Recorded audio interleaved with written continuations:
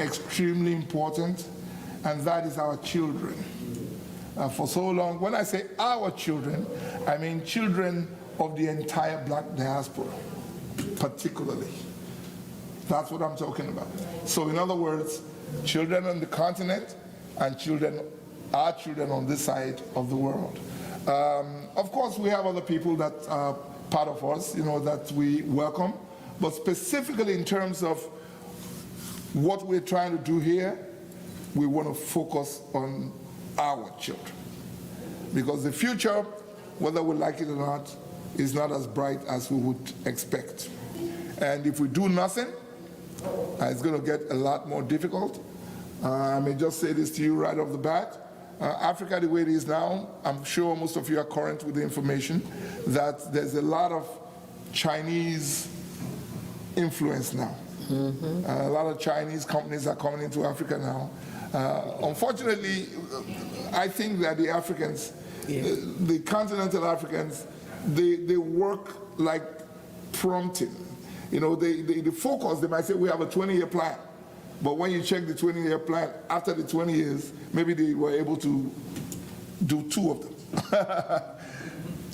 In this case now, 20 years from now, trust me, Africa will not look the way it looks now. Africa, 20 years from now, Africa is going to be swamped by the Oriental countries. You're going to see China. We've seen them in places like Lagos and Ghana and all that now. Well, is it really a bad thing? Not really, except the fact that if we are not ready as African people, then we'll have to change all our names. Our children's names are not going to be Tokumbo, Shegun, and all that. It's going to be Ling Kuan Yew. At that time, we'll be 80 years old and we'll be screaming, we'll be so upset, and they'll be looking at us, what's wrong with you? That we're Chinese. And that's what's wrong with China. And then what's going to happen is our culture will have totally disappeared. And so for those in this room, I want to say thank you again. Our coming here really is to, well, what I plan to show is what we've been doing for the past 10 years in terms of how to help our youth, about 700 million of them. I say 700 million languishing African youth. Because the African youth, they're not getting any support whatsoever.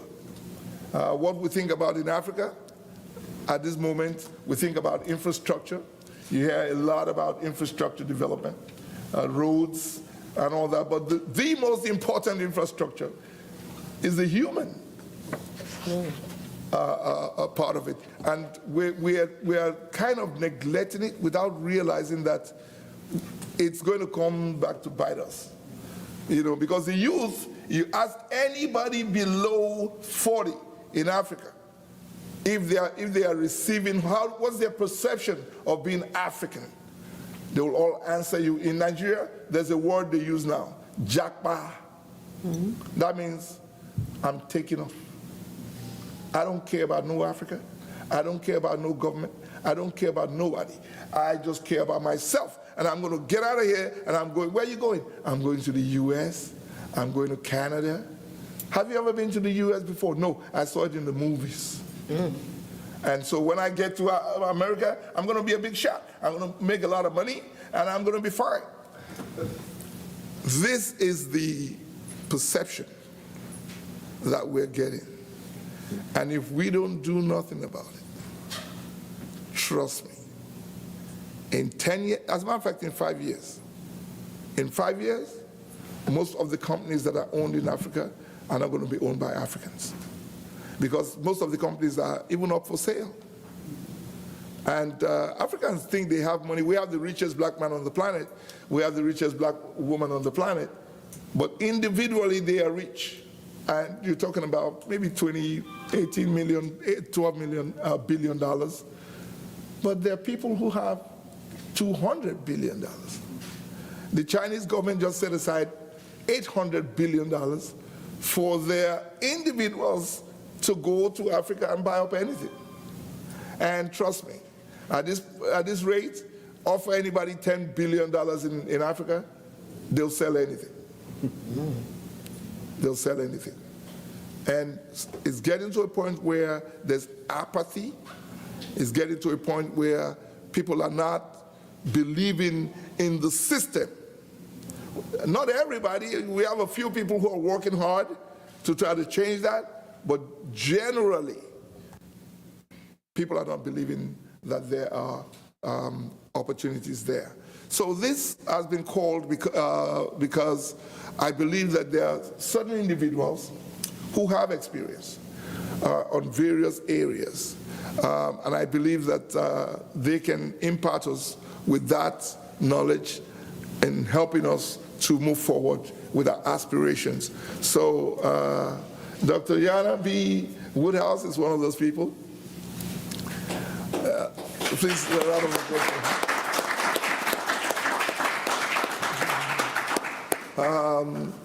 And also, my brother from the tourist board, I have to get your name fully. Tony Rogers. I met Tony Rogers a few years ago. And what we find is, let me give you an example. Dr. Woodhouse. She was one of the first black women, we call her a pioneer, on Wall Street. So she's going to tell us her experience. I'm going to change this a little bit because the panel, the way we had it before, may not work right now. So I think we're going to need to find out more about certain people on the panel. So I would now ask Dr. Yana B. Woodhouse to please tell us what life was when she started out on Wall Street and her experience, and then after that, then we can begin to take some questions. Thank you very much. Okay. Well, grand risings, everyone. How are we doing? Great. Okay. This took a little turn. All righty.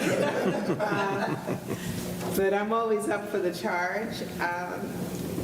I served on Wall Street as a full-service broker in the retail industry, and I did that for 15 years in the early 80s, of where there was not people who looked like myself.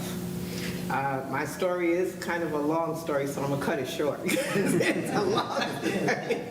Let's put it this way. Coming from the projects in the Bronx, to find out how do you learn to be a trader on Wall Street is not the easiest thing, because you can't find individuals who look like you who will tell you. And those that are on the street don't want you there anyway. So to say how I got started and interested, in which as we talk about our children, which is so important, is that we got, okay, I'm gonna put it this way, we gotta stop lying to our kids. We lie to them very well. We tell them, you're gonna go to school, you're gonna get a good education, you're gonna go work at a job, the journey of the broke, the job, and then after 30 years, you're gonna retire, and you're gonna get about half of what you were making, and you're gonna have to live off of that. Doesn't that sound wonderful? So if we tell them the real truth is what I really believe this entire gathering is about, is to be entrepreneurs and to be able to impart upon our communities, the opportunity to be truly entrepreneurs, self-employed, whatever you want to call it, but the opportunity to build our communities. I had the honor last year to receive the Wall Street Pioneer Award from Tulsa, Oklahoma, the 100th anniversary. Thank you, dear Tara.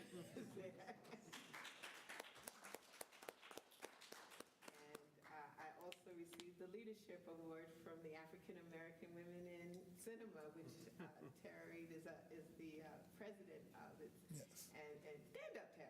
We're going to have a little time here. This is family. Yeah, this is family. Yeah, exactly. So for me, how did I get there? I was a decent student, a very good student in high school, and I had a wonderful high school teacher.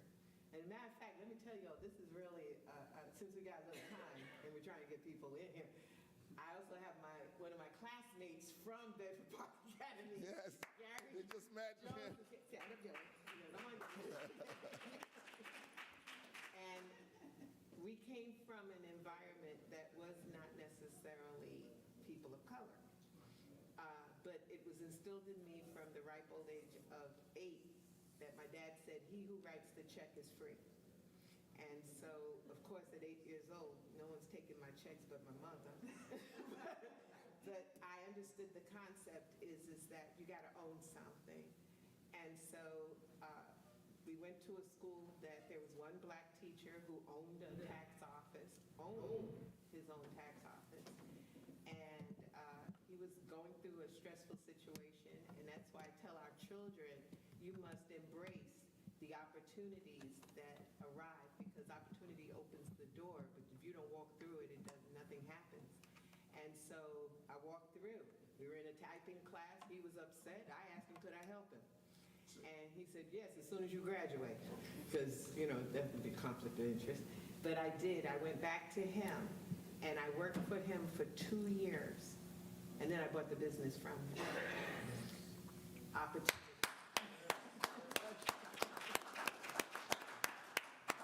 Found out, and many times in our communities, both in Africa and here, is that they don't expect us to do anything. And then we're our best nemesis, because what we do is we don't expect us to do anything either. So I wanted my clients, because those of you who are of the ripe age as I am, taxes were high during the 80s, 50%. You think it's bad now. 50% tax bracket. But also, inflation was up 13, 14%. Well, banks were paying 14 and 15%, but if half of it's going back to Uncle Sam, what good is it, right? So my thought was that I would provide my clients with investment strategies, to only find out that they would go to different investment brokers and get sent back with their tails tucked, saying that they were not proper investors. Well, there's two things when those opportunities arrive. You got two things to do. I could say, okay, well, we're not allowed to do it. Or I could take myself down to Wall Street and find out why. So I did the latter. I went on and I found out that, yeah, to be an investor, you had to have at least $100,000 income and $500,000 in liquid money to invest. That knocks out our community. So I figured out a way that I could bring Wall Street to Main Street and get people to start to invest. Now, that was a long time ago. That was 1983 and 84. But we did it because we know how to make money, and we also know how to spend it. Last year we did $1.7 billion. Trillion. Okay, a T. Trillion. You know, but out of it, how much went back to our communities? And I had the great honor to go through my brother Tony Rogers here, to go to Senegal and to see the opportunities that were there. So that means it's all over Africa. I was initiated, and I'm proud to say I was initiated in Ghana for rites of passage, because I said, I'm not Greek. Please forgive me, all y'all Greeks out there. But I'm not Greek, I'm African, so I did rites of passage in Ghana. Okay, but in that learning there, I learned so much about our culture and what we can do as a people. So it was to come back here as a young woman and impart it into our communities. So my road into Wall Street was a difficult one. They didn't want me there. So what? The key was I didn't know they didn't want me. So therefore, I just kept going. I kept doing what I did normal. And I made it so that our communities did get to invest. And it's not easy in our communities, because no one has taught us how money works. no one has really taught America how money works. America ranks 14 in the entire world in financial literacy. We really don't. We really are. We don't understand compound interest. We just know making money, we gotta make some money. But then, what do you do with it? They insult us. H&M insulted us to the maximum, took our babies and put them in a suit like a monkey. And what did we do? We protested for a quick moment, and then we went back to H&M and gave them back our money, you know? But because we don't have anything here that we can impart upon to put our money in. That's why I'm so excited that there's Echo Bank, because I did not know about them, but I want to talk, because this is an opportunity for us to join together and bring the money abroad and build and take care of each other. So that's my, but as a person that served on Wall Street and saw the elements, you know, y'all do know that Wall Street was a trading ground for our ancestors. And I got that experience by passing by the Federal Reserve and looking at the trading block that probably had some of my ancestors on it. But I had, again, the road of two paths. I could get real depressed and do nothing, or I could show them that we are worthy and that we can make a difference and we can build assets, we can build businesses. If we know the story of Black Wall Street, and many of you may know or may not know, there's over 127 Black Wall Streets that existed in this country. We saw the demise of it back in 1921, of one of them. There's still one that exists in Nicodemus, I think it's Missouri. They kind of archaic, but they still exist amongst themselves. But the reason why we talk about Black Wall Street is that $1 lasted in that area for 3 to 5 years before it got moved to somewhere else. In our wonderful village of Harlem, $1 gets spent, might last 40 minutes if we're lucky. That's because we don't own our businesses. There are things that are black-faced, but it's not the businesses that are truly Black owned, so they can stay in our community. And that's what my plight, my mission is to, from one is to teach financial literacy to the community and our community, but number two is to get those businesses kicking again. And if people don't want to do business with us, it's okay. We can do business with our brothers and sisters, you know, abroad. We can do it, but we've got to open up, and we have to respect the fact that we have businesses and we have to respect doing business. I spoke some years ago at an economic conference at the Jacob Javits Center, and I spoke to the individuals that are your consumers. I said, look, when you go into a Black business, do not go in there and ask for the deal. Go in there and pay, even if you have to pay more, because you're going to circulate it in your community. And then I spoke to the business owners, as I'm speaking to many of you. When people come into your business, learn to do this. Smile. Make them feel appreciated, and then help serve them. This is how we're going to make a difference economically. Because if we're waiting for somebody else to do it, it's not going to happen. And there are things that we can do to make a difference and to give something to our children. You know, the last little thing I will say is that I remember going to a Chinese restaurant in my neighborhood, and there was a young man who spoke English quite well. And I said to him, you work in the Chinese restaurant? He says, I'm in med school, but my family is sending me to school. I have to work.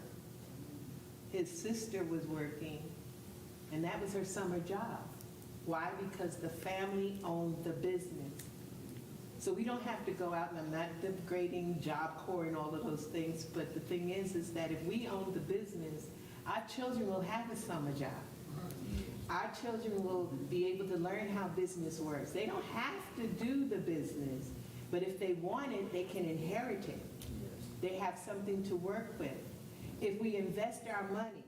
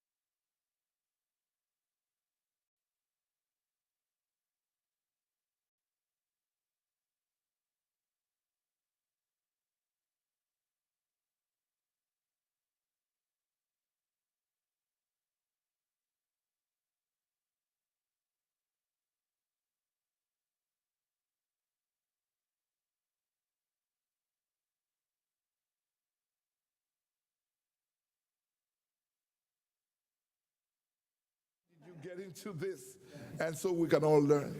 Mr. Tony Rogers, please.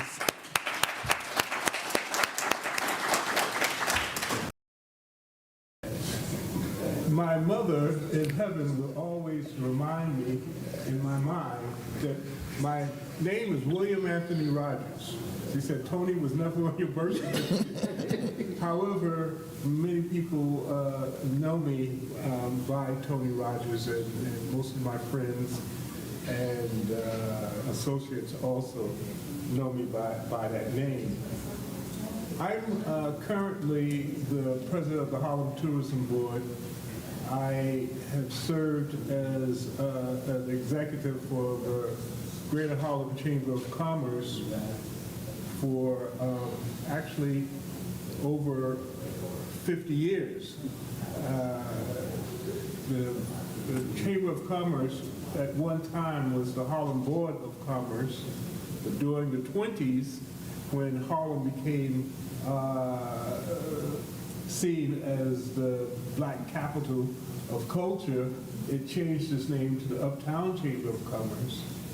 In the early 70s, Hope R. Stevens, who was from Nevis, became the first black president of the chamber. Yeah, the Harlem Chamber of Commerce. Recruited myself and my colleague Lloyd Williams. I was in the Black Panther Party and revolutionary. That's another story.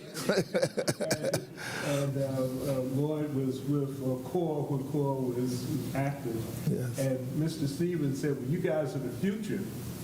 I had no idea things were going to work as they did, but one of the mentors that we had was Percy E. Sutton, who Yes, was at that time the borough president of Manhattan, when yeah. the borough president had a great deal of power. So I was at City College. I was looking to go to law school, and I was able to do a clerking at Mr. Stevens' office when Mr. Sutton came to Stevens and said, look, I'm going to run for mayor one day, and tourism is going to be what I'm going to use as my platform. And Harlem is the best community in the world, urban community. So I want you to put together something that will allow for people to understand that Harlem has not died. And of course, at that time, New York was in. Gerald Ford had told New Yorkers to drop dead when they were asking for financial help. And when downtown had a cold, uptown had pneumonia. So the idea was, how do we begin to do that? So the thought pattern was to create a day and to use this day to promote the more positive aspects of the Harlem community. And at that time, even then, in 1974, Harlem had Sylvia's, which was a small place. I counted what people knew about it. It had most of the universities in the city of New York at that time: Columbia, City College, Jewish Theological Seminary, and what have you. So what we did was to pull together the various organizations that were functioning and created through, at that time it was called the Convention and Visitors Bureau, a day called Harlem Day. And that was to promote Harlem. When we did that through the chamber, which was basically a chamber, no matter where you are, it's like the Boy Scouts. Right. If you're in the Boy Scouts, no matter where you are, you get the same type of attention because you're in the Boy Scouts. So by being with the chamber, and I was a little reluctant from that because I was a revolutionary, that didn't necessarily jive with what I was thinking about. But then Mr. Sutton was the attorney for Malcolm X, so I figured, well, you know, I couldn't go but so far with Brother Malcolm. So we did Harlem Day. And on Harlem Day in 1974, the first thing that we did was to rename 125th Street and 7th Avenue as the Adam Clayton Powell Boulevard. The first time a street was named after a black person. The next thing that we did, that following year, we named Frederick Douglass Boulevard. And of course, being revolutionary, we said, well, the next time we do something, we got to do Malcolm X. So we named Malcolm X Boulevard. So those are the three names of the first Africans or Africans from the African diaspora to be named after a street in New York.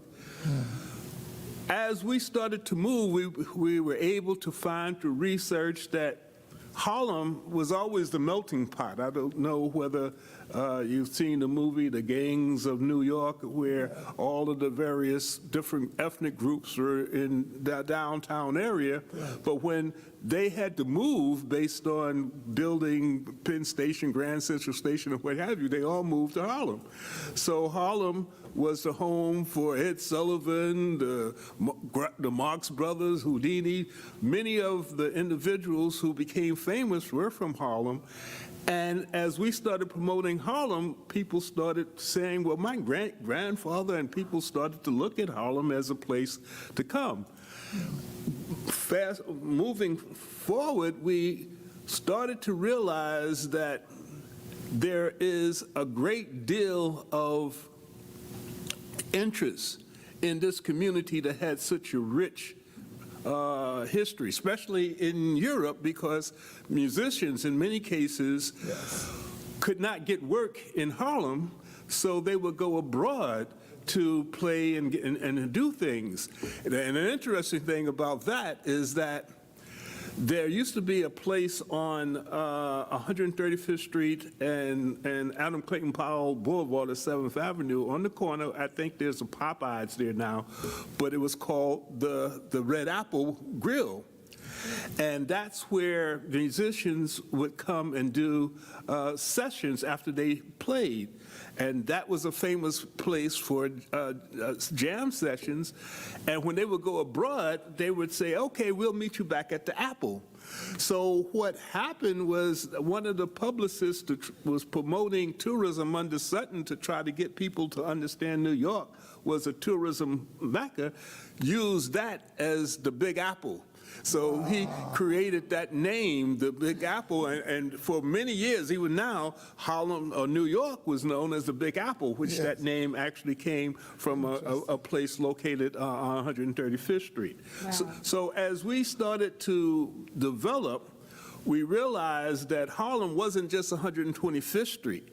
Harlem is 4 community boards, 9, 10, 11, and 12. That was East Harlem, West Harlem, Central Harlem, and Washington Heights. Even though now they're trying to take Harlem away, that's a whole nother political story. But the bottom line is that we changed the name to the Greater Harlem Chamber of Commerce. And that's how that name came about. What happened a few years ago, I think maybe about, and that went on, and Harlem Week became Harlem Day became Harlem Week, and tourism began to develop. Maybe about 10 to 15 years ago, my cousin, who's the publisher of the Harlem Community News, which is a very popular newspaper in Harlem, said, we should have a tourism board. And she said, you've been around tourism for a while. She said, it's between you and Lloyd, and I think you may be easier for me to work with than Lloyd. He said, why don't you become the president? All you have to do is use your name because you have all of this history. You don't have to do anything. I knew that was, I didn't know then. It was a trick question. But then I became the president of the Harlem Tourism Board. And one of the things that I understood was, as Mr. Sutton had indicated, tourism, the hospitality industry, is the greatest economic development entity of any country, any city, any town that you can think about, because that's where money comes. Before Harlem Week, there was an organization called Black Africa Promotions, and that's where we used to travel. We used to take people to different locations to bring people together, different types of people in the education, music, all different areas. And we went to Senegal in 1998. That was the first time I was able to take my mother to Africa, and that was the first time I was able to begin to actually develop a connection. I'm 75, so at one point in my life in high school, you wouldn't, African.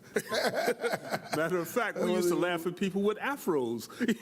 I remember that time. It was an interesting thing. I mean, the colonizer was very, we talk about all of this stuff. That's the brainwashing that we've gone through. But I said when I left Gorée Island in Senegal that I will return because it was just such a moving component. A couple of years ago, a member of the Senegalese tourism group came to Harlem and said, we should create a program where it's an African Senegal, Dakar Senegal program, because Harlem, even at that time, had one of the largest population of Senegalese. I'm currently living on 116th Street, where I received, they said, where did you get this from, Senegal? I said, yeah, Little Senegal on 116th Street. And so we started talking, and it was going backwards and forwards until a year ago, Air Senegal started to fly directly to Senegal from JFK.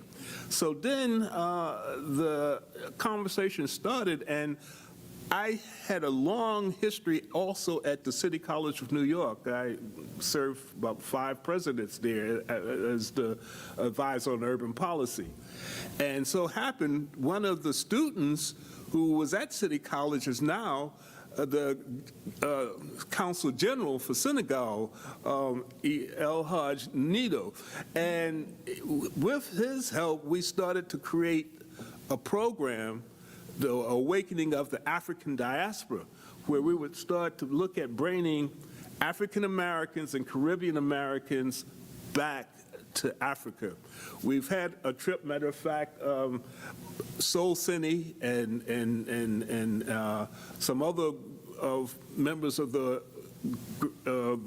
tourism board were able to go there, and we filmed and we did a number of things. I've gone back a couple of times, have another trip in December. But what the idea is that in order to begin to break this misunderstanding, to understand that many people, when we came back, thanks to Soul City and thanks to some of the other members who went to Senegal, we understood that there was so much misinformation.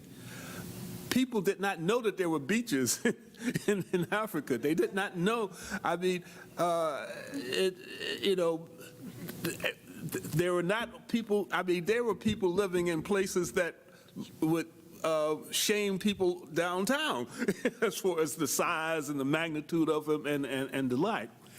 This information has been kept secret. Everything happens for a reason. And we tend to have been divided. Matter of fact, the countries in Africa that have the most problem of blacks fighting blacks, or Africans fighting Africans, are the countries that have the most natural resources.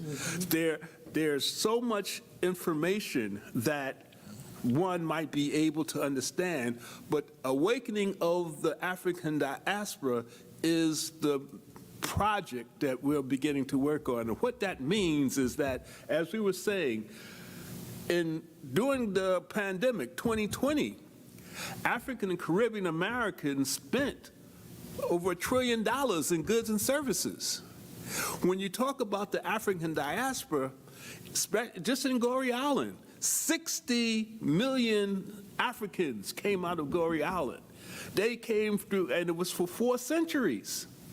The French, the Dutch, the Spaniards, the Portuguese, they brought Africans all over the world.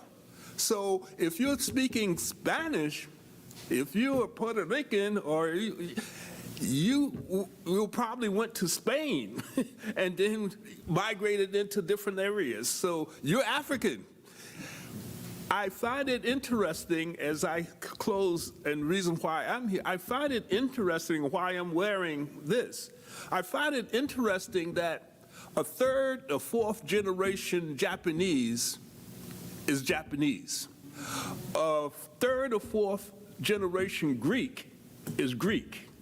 A 3rd or 4th generation Italian is Italian. Why don't we understand that we're African? It's one of those types of concepts that it's once, and Willie Lynch said it. I mean, you know, I hate to praise him, but he was a brilliant guy, because we're still under that influence. Once you get the mind, you don't need the body. Once you get the mind, people will do what the mind tells them to do based on the programming that you put into them. Yes. And once you understand where you are, you can begin to begin to understand who you are.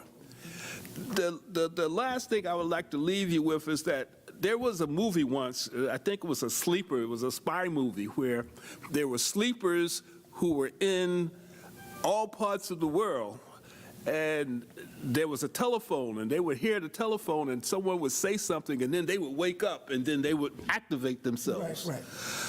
I believe the Almighty God, Allah, I believe Africans have been sleepers throughout the world.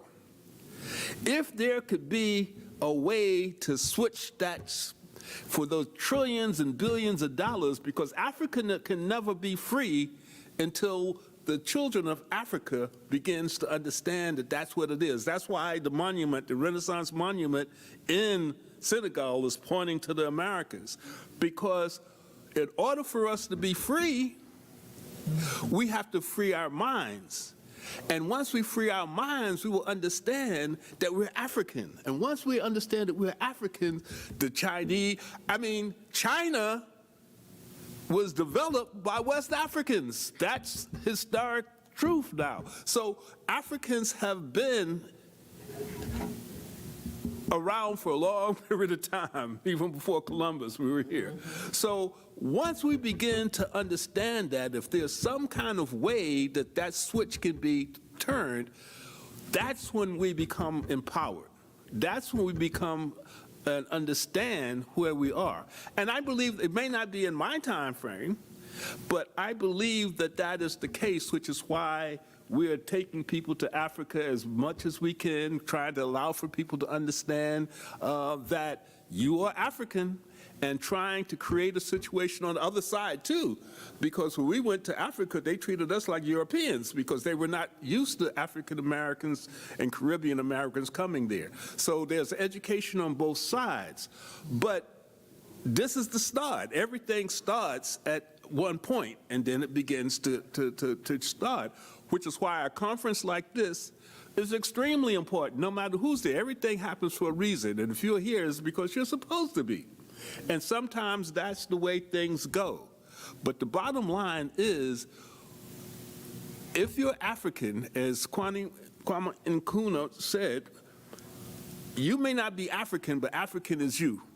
You may not be born in Africa, but African was born in you. Mm-hmm. And this has been done many times, whether it's Marcus Garvey, whether it's Malcolm X. But the thing that's different now is media. We have Soul City TV. I was taught by Percy Sutton. Media, you got, in order to reprogram people, they read, they see TV, they hear radio. I've invested my time in radio, television, and newspapers. In order, I speak to thousands of people a week. Why? Because that's what needs to be done now, a reprogramming and understanding who we are and what our abilities are. And I appreciate being able to share with you this type of information, and I hope that this is the beginning. A seed could be planted to begin to allow for us all to understand what our purpose is. Thank you. Thank you. Thank you. You know, the great Tony Rogers, when you hear of a person, you don't really know the person. We have a way of judging by visual presentation. Sometimes we check a person's car, we check a person's attire, we check a person's watch, and we miss the person.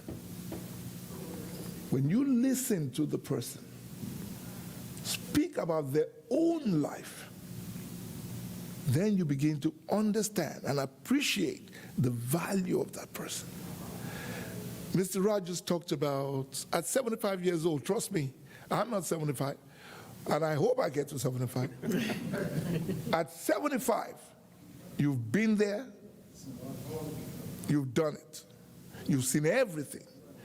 75 years as an African man in the US.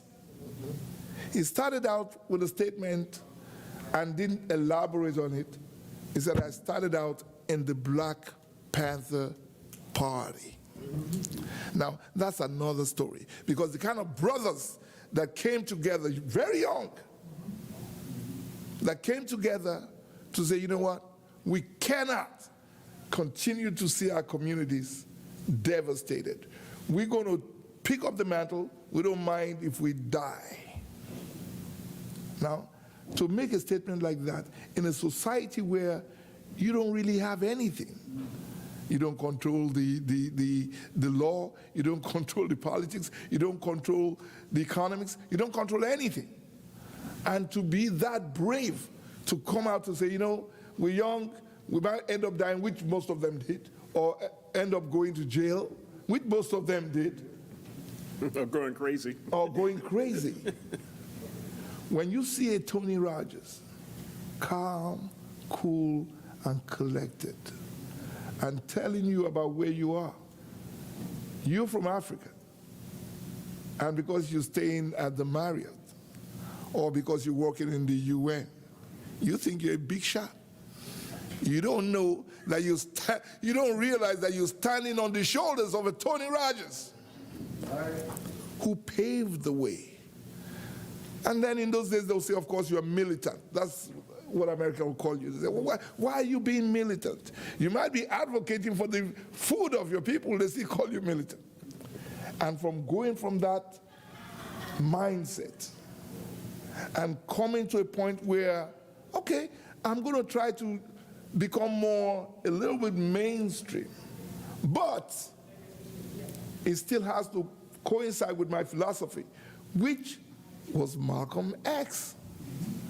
Because Malcolm X was the guy that everybody thought was totally fearless. He was fearless. He came out and he said what he felt. And for those who followed him and for those who respected him, you have to be a certain kind of person.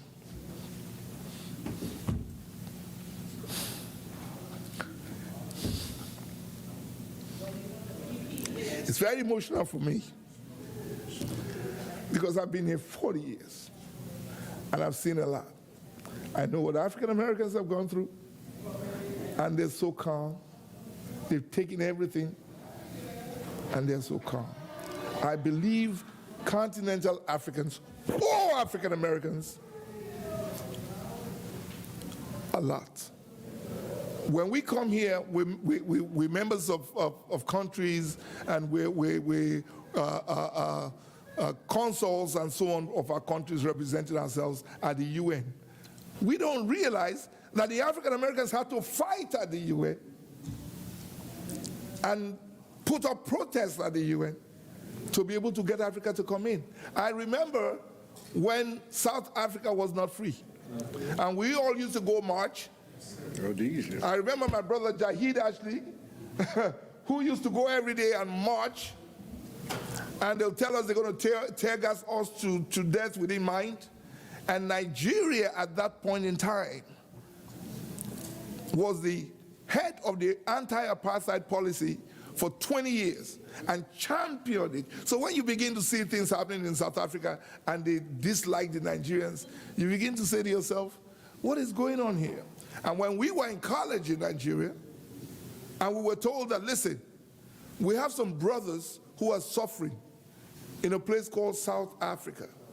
1976, 1970, 75, 76, we have some brothers who are suffering in a place called South Africa, and they have to be free.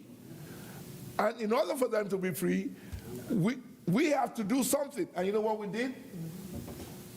They said to us that we have to pay for their education. So every single Nigerian student agreed to pay. So when you see the South African leaders, they don't realize that we all sacrificed. When we were in college, they were the only ones who had cars. And there was no jealousy, there was no envy.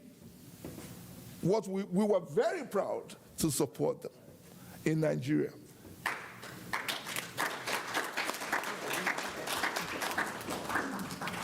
That is why it is very, very important to speak. It is extremely important to speak. Mr. Tony Rogers has a lot of information, a lot of knowledge to impart. I'm so, so proud. Thank you.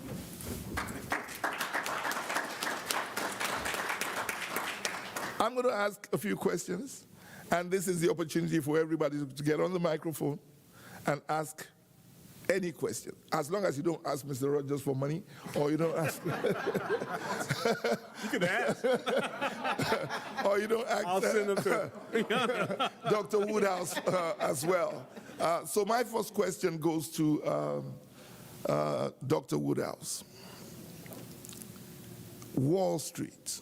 We know that that's where the Africans were auctioned. And recently, after a lot of battle and fight, the cemetery of the ancestors is located there. Personal question. When you decided, after getting your master's degree at Fordham University, were you Afrocentric enough to know that, you know what, this is where my ancestors were sold, and I'm going there anyway? Okay. The best way to answer that is, of course, yes. And I give all tributes to my mother, Burma J. Woodhouse, who made sure that I never forgot who I am, where I come from. My parents came from Vicksburg, Mississippi, and worked hard. My dad wound up coming to New York because as the World War II ended, the white guys in Mississippi weren't happy that they didn't get to fight, and so they tried to attack him. And that didn't come out too well for them. And so my grandmother had with her sort of shotgun to make sure they didn't get to him, but sent him to New York. My grandfather on my mother's side was a porter and made sure that there was unions, trying to get unions for the porters to be treated properly.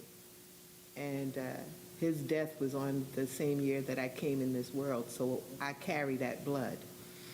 And a fighter's blood. That being said, yeah, I know my history. I'll tell you how I survived on Wall Street without blowing it up. And I mean, really, there were times. There was a group called First World Alliance in Harlem. Dr. Yosef Ben Jacqueline. Yes. Dr. John Henry Clark, Yes. Dr. Leonard Jeffries, Van Sertima, all of them were my teachers. And every Saturday, after I went through holy hell during the week of being mistreated for no other reason because of the color of my skin. It didn't even have to do with my gender, because there was two of us in the brokerage firm that I had. There was a female European converted Jew woman and myself.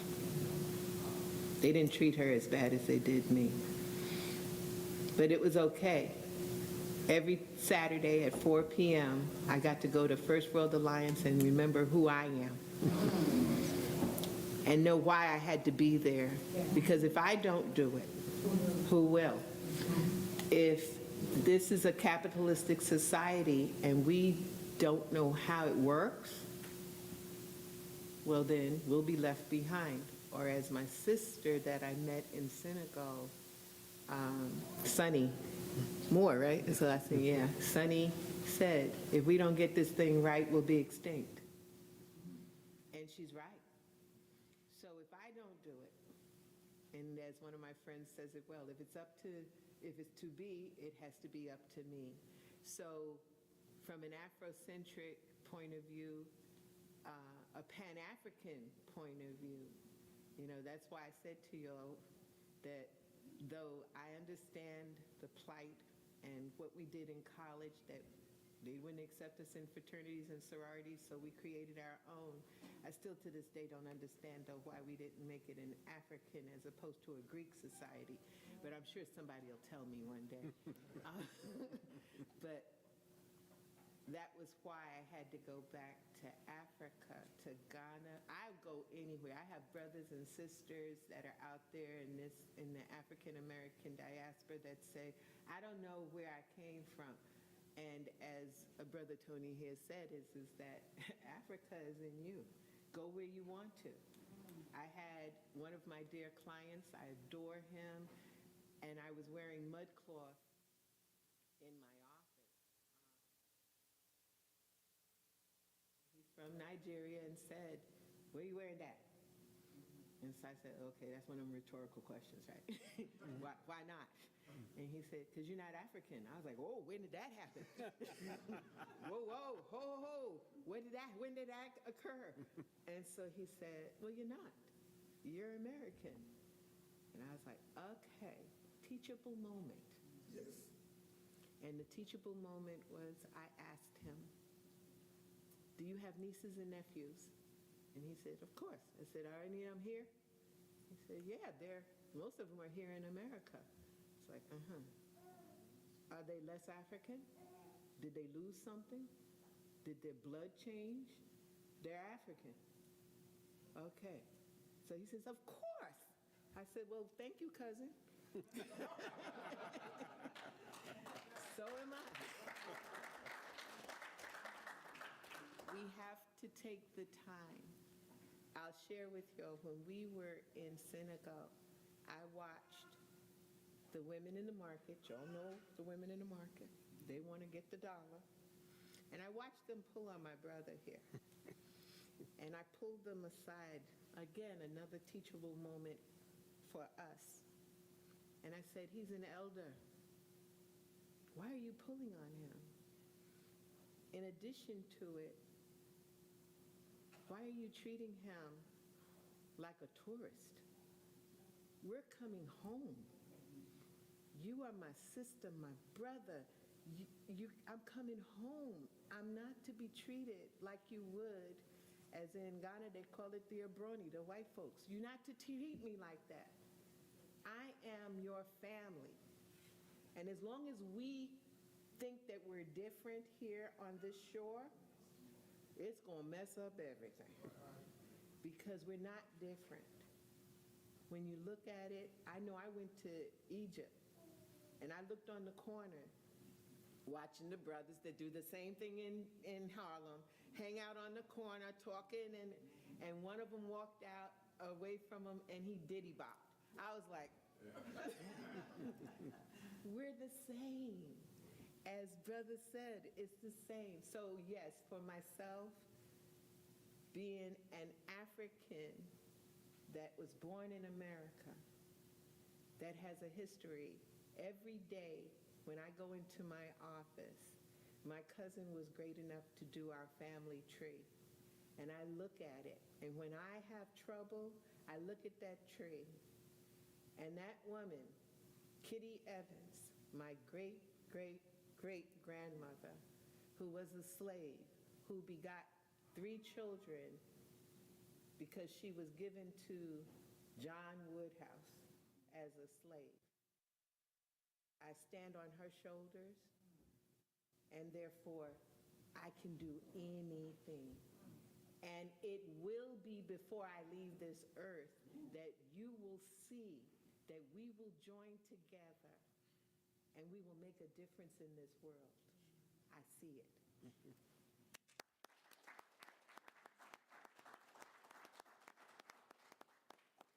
Dr. Yana, thank you very much. I just wanted, I'm trying to give a little bit opportunity to probe deeper into who these people are. You can read their resume and all that, you still don't get it until we probe. And so that, sometimes you don't want to say much because you say you want to be humble, but we lose. Because all the other people who could have been inspired lose that opportunity, right? So my job as the moderator is to probe a little bit further. In this case, Brother Tony Rogers, a young man in the Black Panther Party. That in itself, that means you're ready to die. How many people are ready to die? Trust me. One person over there, another person over there, ready to die. Okay. Let me give you an example. I'm a film producer, so sometimes I think like a filmmaker. Imagine, if you will, we're in this room, and all of a sudden, a couple of guys rush in with their machine guns, and they say, "Who is an African here?" And I say, "Well, I'm an African," and I stand up, and they blow my stomach out, and they say, "Who's the next African?" Who's going to stand up? That's, she can heckle them. In other words, that's what people had to go through. In the Christian religion, most people say they're Christians today, they go to church and all that. There was a time. Are you a Christian? The minute you say, that means you're not sure, okay, come. And you think maybe they're just going to give you a few strokes of the whip, right? No. They release you in an amphitheater, in a stadium. All of you. Hundreds of you. And as you're walking with the children and all that, and the people in the amphitheater are laughing and clapping, you don't know what's coming. Then all of a sudden you hear a sound of lions roaring. And they release the lions who haven't eaten for a week. And everybody in the stadium is laughing and clapping as the lion is running around you. Now imagine yourself, your child. Do you release your child? You're holding on to the child and the lion is dragging the child. When we talk about commitment, that's how people became Christians today. Now if you ask 99.999% of the Christians, are you Christian? They'll say yes. But if that situation reoccurs, 99.99999 will say, no, I'm not. The same thing applies. So I come back again. I've set up the stage. This man that's sitting over here quietly, member of the Black Panther Party, which means I'm ready to die. Probably in your 20s, right? At the time. For African Americans to have that courage, because that's why continental Africans are here today. If they didn't do it, trust me, there's no single continental African that will be here. They had to fight, die, for us to be able to fly on a plane and come here. So we owe them. Big time. Big time.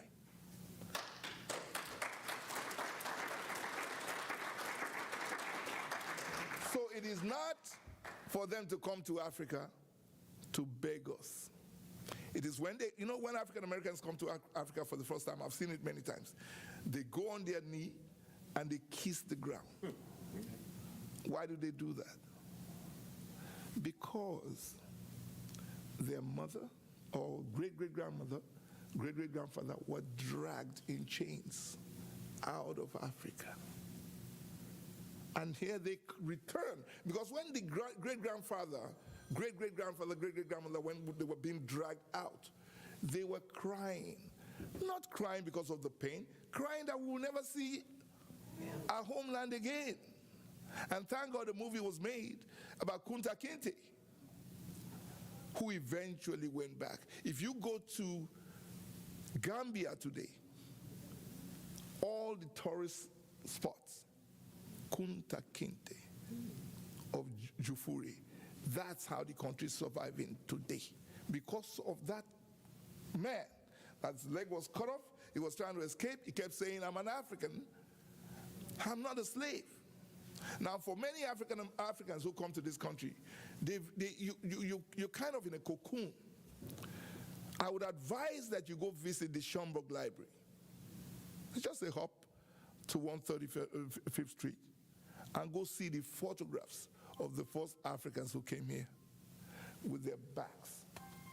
You ever seen, imagine laying butter on a table and using your fingers to scratch it? That's how the backs were. And you know what was interesting? The facial marks, which in Africa tells where you're from. Clearly. Live photograph, not illustration, not painting. You begin to understand who you are. In Africa, we don't know we're black. You ask any African, are you black? You say no. He'll say, I'm from Bauchi, like my brother over here. He will locate his family immediately. I'm from Isha, I'm from Benin, I'm from Senegal, they will locate. Now you ask an African American, where are you from? At best, he will locate Detroit. Now when you say to him, okay, before Detroit, where are you from? 99% can say nothing. But the few who can, brother and sister on the panel, can tell you. Because that's why now African Americans are doing DNA testing. Do we do DNA testing in Africa? We don't do any DNA testing in Africa. In Africa, you know who your mother is, your grandmother, you walk into your environment with confidence. Nobody can tell you anything, just by your name. By your name, your family name.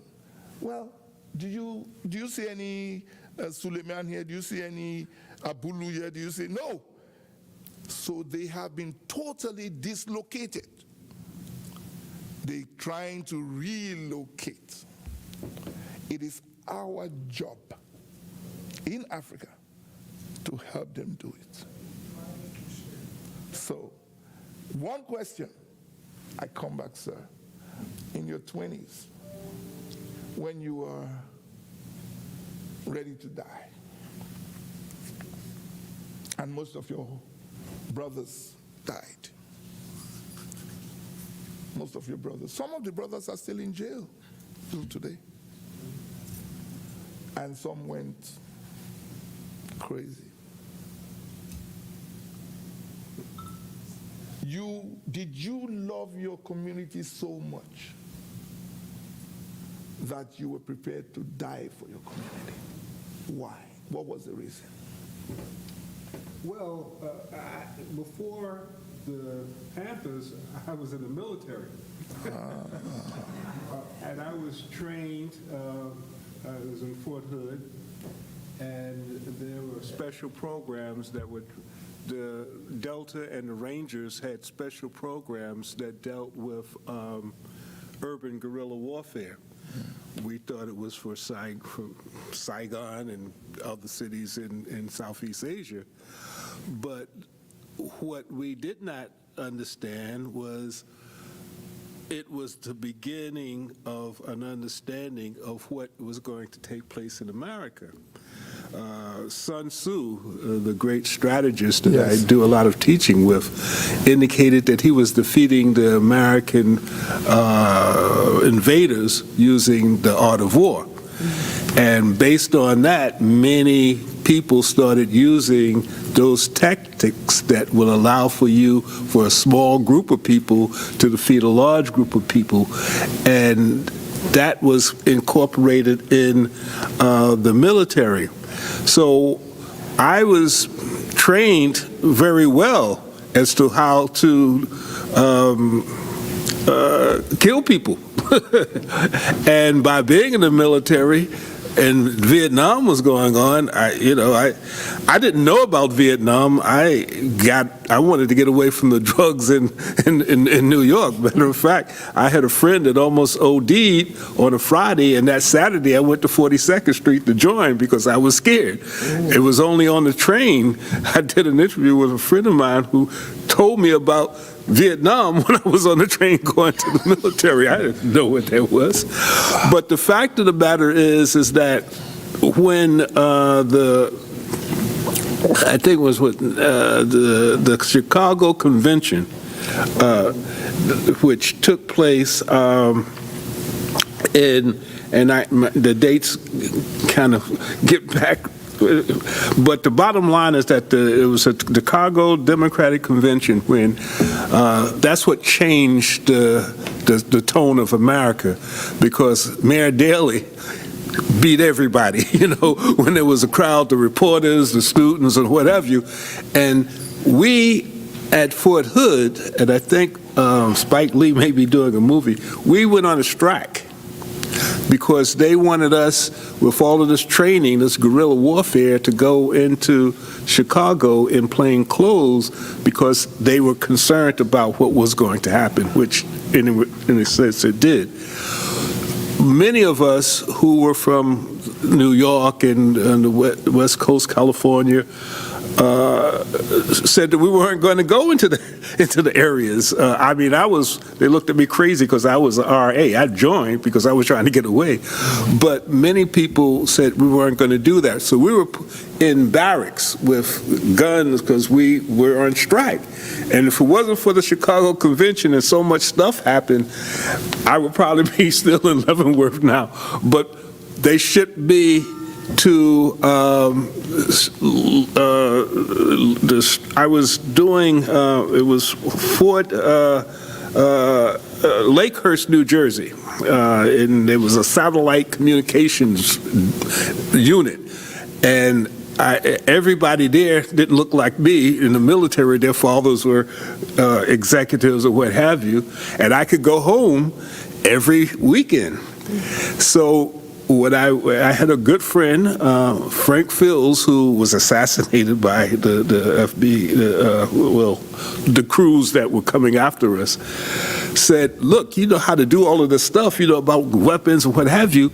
You need to help us because, the Panther Party, we're trying to deal with things, but we don't know about hand-to-hand combat. We don't know about weapons. We don't know about those things. And you've had this training, and you're here every weekend. You need to help us.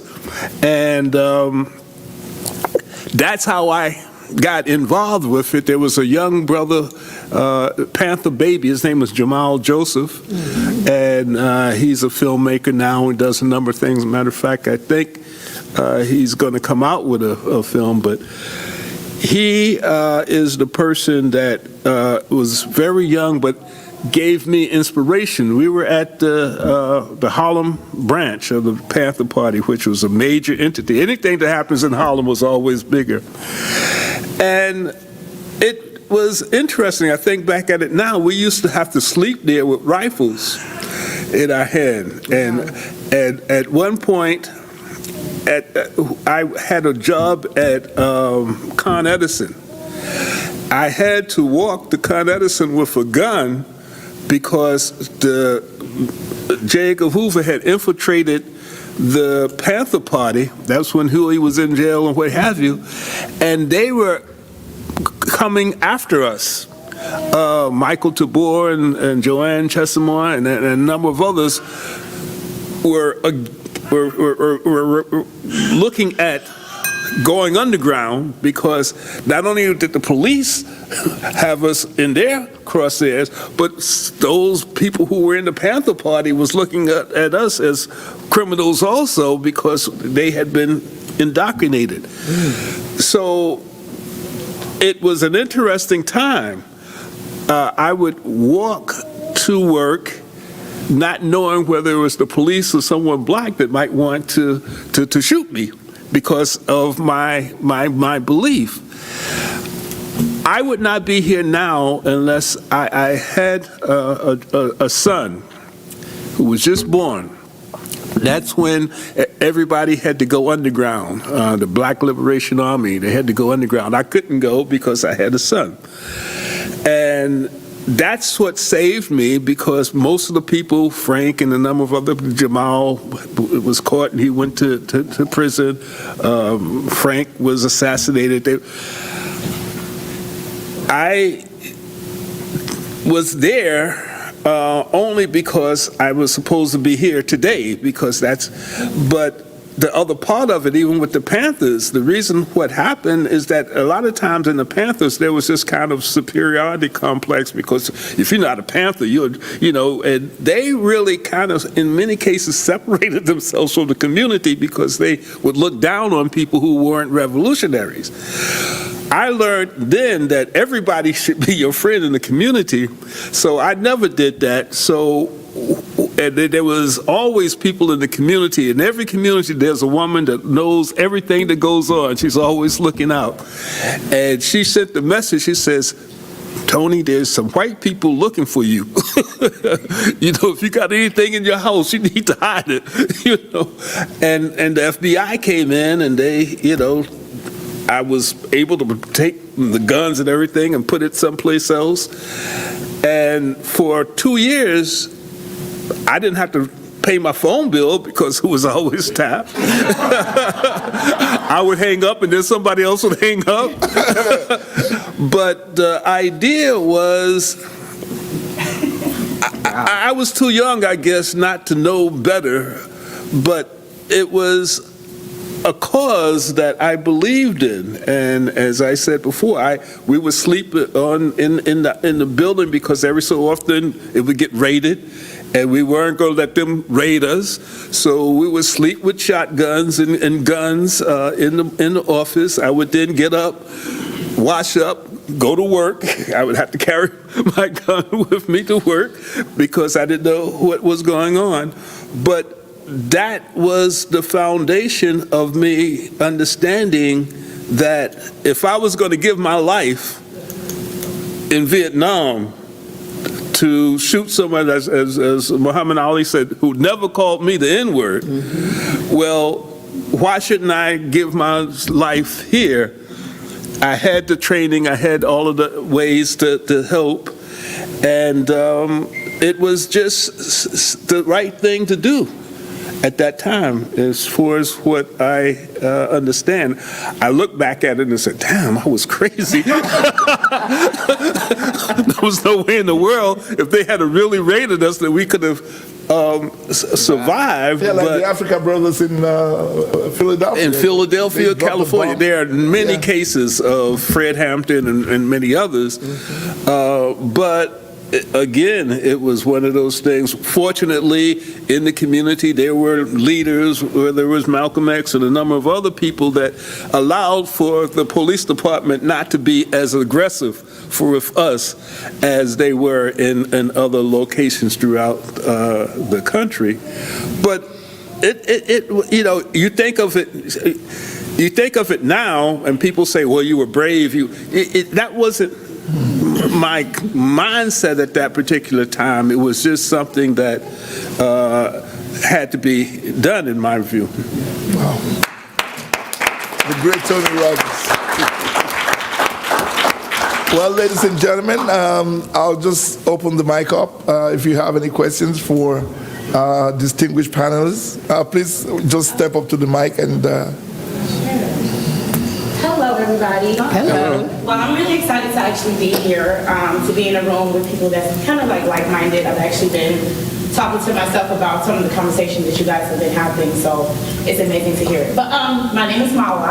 I'm originally from Liberia, and as you know, the history of Liberia, we have always had ancestors of slave and background that came to Liberia, so our country is kind of like a combination. Yes. My question for you is, what do you feel about the fact that African Americans are not really too much connected with Africa in the South, as far as more African Americans are more connected with us here in New York, towards like the West Side, Cali, where people are more migrated to the combination of it too. But in the South, it's a little bit more iffy, like I'm not really African. What is your thought process on that? Being descendant of people from the South. Yeah, and I also. Yeah, and I don't know. I'm just running into recently some of the people that are in my age group, and I'm 64, so I'm running into a few of them that are speaking like that. Again, as I said before, it's a teachable moment.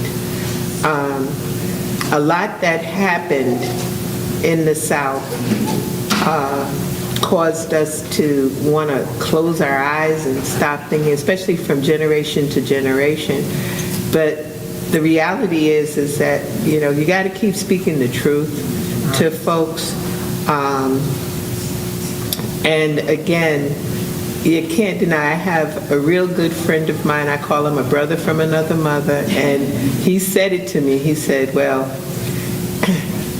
I know I'm black, but I don't know about this African thing.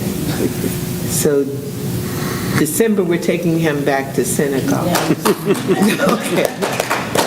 He's got to see so that he can look in the faces. What I want to do, and my mission is to take him to Goree Island. I had the experience of a lifetime at Goree this year. I walked into the women's quarters. We saw that. It hurt. I saw the men's quarters. That hurt. I walked in the children's quarters and lost it. I didn't know what to do. All I could do was say, I'm sorry, that you had to do this, had to go through this. So I think that the more and more of us talking, and if we looked in this room, minus the attire, tell me who's born here and who's born abroad. And that's what we need more. What Brother Tony here is doing, and I'm happy to see those that have arrived and that will continue to arrive. What is so important is that we talk. The world that be does not want us to talk. You stood up there, I couldn't tell whether you were from 125th Street or Chicago. Okay. It's just the reality. We have to stop the separation, as Brother William Anthony Tony Rogers said, is that the Willie Lynch concept, which a lot of people didn't know that Willie Lynch was a European converted Jew. But anyway, that's another lesson. The thing is that we have to stop them from separating us. This is why, when I was growing up, I used to hear the little tales of the Pan-African movement. And, I was like, hey, that's true. Okay, let me go see all the people. And I remember Dr. Ben telling us the story of when they caught Marcus Garvey on 125th Street and Park Avenue, and they said, we got the tiger. And he said, what are you going to do with the cubs? We're the cubs. Dr. Ben was the cub. Malcolm X was a cub. I'm a cub. You got a deal. And when you come with me with that lie that says that you're black. Black is a color. It is not a nationality. And if you can't see Africa in you, I'm going to have to give you a lobotomy and teach you, reassess you. And again, I hate to say it, and I remember Dr. John Henry Clark said it's everybody not coming along to the promised land. Not all of us. Sometimes it's our own family members we have to look at and say, we gotta, they done bought. They say that, the way he put it is, if you lay down with the dogs, you're going to wind up with fleas. So, it's one of those that we have to stand for. I went to Wall Street. I sat in the belly of the beast. My mother told me if I went to the belly of the beast, I better not forget who I am. That was her response. I went. I didn't forget. And I'm not going to forget. I'm going to teach my folks. And I don't have a problem saying in front of other folks, which really drives me crazy. Y'all been around white folks and all of a sudden, the white persons, they know they white. Okay? Well, you got to whisper behind it. Be proud of who you are. Be proud of your culture. They just put out a movie about Yah Santawa. Yeah. They couldn't name it Yah Santawa. I would have. But it's the story about, and people don't know, and I don't even know if in the movie it says it, but Yah Santawa said, I be no prisoner, I take no prisoner. We got to take that attitude, but we've got to understand, I am in awe of my brother here, who, really stood on the lines. But I remember watching the Black Panthers. I was a little girl, and I remember watching them march. And I remember the breakfast programs they had. And I remember the good that they did. And I remember standing in an organization we had called Change some years ago and watching the men stand up and feeling so safe. We got to get back to our community. Remember, Martin Luther King said it in his book, did I give you chaos or community? You gave me chaos. We got to bring this to a level. So what do? It's not just the South, it's the North, it's the South, everybody, East, West, whatever. It's talking to our brothers and sisters that are born in Africa to the brothers and sisters that are born in America but still African. We got to tell them who they are. And we've got to definitely deal with our economics, because that is currency. And I'm going to tell you, we will do when currency is brought forth. We will, if we get these businesses together, I've watched through the years, if you have $10,000 and you have $10,000, you really have $20,000. And we can change our community this way. Now, everybody's not coming on board. I got it. It hurts, but it's true. We now have to build our economic base. And don't think it's not going to be easy, because it's not. And yes, we're going to need the brothers and sisters that's been within the military system to help us. We're going to need it, because it's not going to be easy.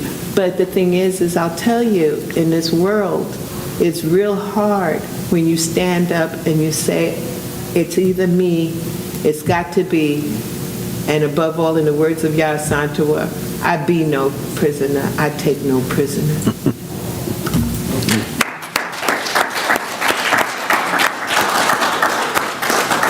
Just to, again, as far as the question about the North and the South, I believe that is part of an indoctrination that has lasted. Obviously, the North seemed to have been, when you look at the Civil War and all of that, the one that was okay with people being black, which was not true necessarily. The North made their money by shipping. And then they sold the slaves to the South, and the South made their money. The South was harder. So therefore, as you start looking at how ancestral mindsets develop, there was a greater sense of fear, and there was a greater sense of indoctrination. It was less important for Southerners to look at themselves, well, let me turn it around. It was for a Southern controller, he would not want the slaves to understand that they were African. So therefore, that information about Africa was really something that was a death sentence. So when you look at the schools, segregation and all of that stuff, so that's in many cases why there was kind of like not as much understanding as relates to who we are from. But in the 60s, I think some of that changed. But when you're in a system, especially in the South, and it's coming back again in a sense, it begins to create that type of delusion as relates to your power. And that's what I think is one of the major issues. It was a psychological warfare. Thank you very much. And I really appreciate what you're bringing forth. Thank you. Really glad to be here. In follow-up to the question that was asked, and also a comment Sister Woodhouse mentioned, it has been said that business is warfare. To what extent, or how do we start the discussion of protecting business interests and having a degree of things that are required as protective measures, understanding that business can be a place of group identity warfare, you know? Just an initial comment is that, to me, identity is critical to acquiring power. You got to be clear on what group that you belong to, and that group needs to be protected. So on the issue of African business, black business, and on the issue of black people being so unprotected in military sense, I just have to go right there into the ultimate power. What is your comment about business being a place of warfare? Just a question. I don't know why this is the business person. I don't know why she looking at me. Okay. But I will say one thing though. As I had mentioned before, I have studied and teach the art of war, and the art of war talks about how to deal with situations. And one of the most important things out of that is that you have to know yourself and you have to know others. If you know yourself and you don't know others, you'll win some of the time and you'll lose some of the time. If you know others and you don't know yourself, you'll win some of the times and you'll lose some of the times. But if you know yourself and you know others, then you can develop a strategy that allows for you to win most of the time. And again, as far as business, it's the same thing. It's understanding who you are and who you're not, and understanding who the quote-unquote enemy is in business, or, you know, and who they are. And understanding those things, you allow for yourself to develop a strategy in order to win. But as far as business, I have to turn that. I've learned to stay in my lane, and she's the expert there. Well, the thing that I would say is that we have to learn in our community to stop playing checkers and play chess. We got to strategize. We don't. Even with what just happened with, which really disgusted me, the PPP loans and the economic disaster loans that occurred. In our community, we didn't get it. We didn't make or receive that fund because we weren't structured properly. You got to remember where you're at. You're in a capitalistic society. There's structure. As I teasingly say, but really seriously about it, is if I could just get $1 for everybody who opened up an LLC, I'd be a billionaire. But you don't understand that it's not just an LLC. How are you being taxed by the government? I have people come into my office on a continuous basis and say, well, I'm taxed as an LLC. That's nice. That's not true. IRS wants to know, are you a sole proprietorship, a partnership? Are you a S Corp? Are you C Corp? And they look with deer eyes, like, well, deer's in the headlight. We have to learn how to run our businesses properly and be in business. And guess what? Be in business for profit. And I'm not against paying taxes. I'm just not giving all my money to the government. There's things that you can do.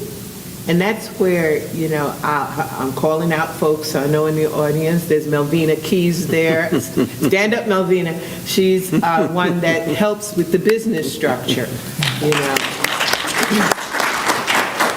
We need to be able to put ourselves in proper position. It is warfare. And to do it is to build our communities and to make sure those businesses are properly registered. There are some things that we need even from our brothers and sisters from Africa. I'll say it is that we need to join together and do business, because there's certain things that will reduce our taxes if we do business with you, not Europe, with Africa. We can get reductions in our taxes. It's in the tax law. Things that aren't taught. Okay, so the strategy is to get to the folks that know how. We go to the H&R Block, the Liberty, oh Lord, the Liberty tax. They got a doggone Statue of Liberty out there. Y'all know you're in trouble. We need to know and go to the professionals. We also have to budget ourselves. We need business plans. These are the things that if you don't have it, and I'm assuming everybody in here is in some sort of business or wanting to be in business or whatever and do business with each other, let's get it right. Let's get it to the point where when we look at our balance sheets and our businesses, that we're able to show our profits, and that the profit goes back into the community in some way, shape, or form, that we can establish programs. If we have a trust, just on a basis of how trust works, if we have a trust and we have a business trust, we have a family trust, and a foundation. If you see anybody who has made any money, they have all three. But that's what we have to look at ourselves. Do we have that? Did we set ourselves up? Do we make enough money to do this? Think big. We got to think not just about ourselves. We got to think about the community. We got to think about how we're putting money into the community. And then how is the community flourishing? And like I said, everybody's not coming along, because we got stuff, the get-rich-quick stuff going on and stuff. Leave it alone. That's not for us. But making sure that we understand. I just did, and it's still on, I believe, on YouTube. We just did a seminar on Thursday on Be Your Own Bank. Hello. How do we do that? Okay. There's ways of doing it by putting money in and being able to take money out and borrow to ourselves. You got to ask nobody for it. Okay. There are things that can be done, but we've got to be willing to give ourselves that lobotomy and get out there and really structure ourselves and stop playing games. We ain't got no time to play. It's just like Sister Sunny said from Senegal. She said, if we don't get this right, we're going to be extinct. So you're fighting for your life. That's the battlefield. You're fighting for your community.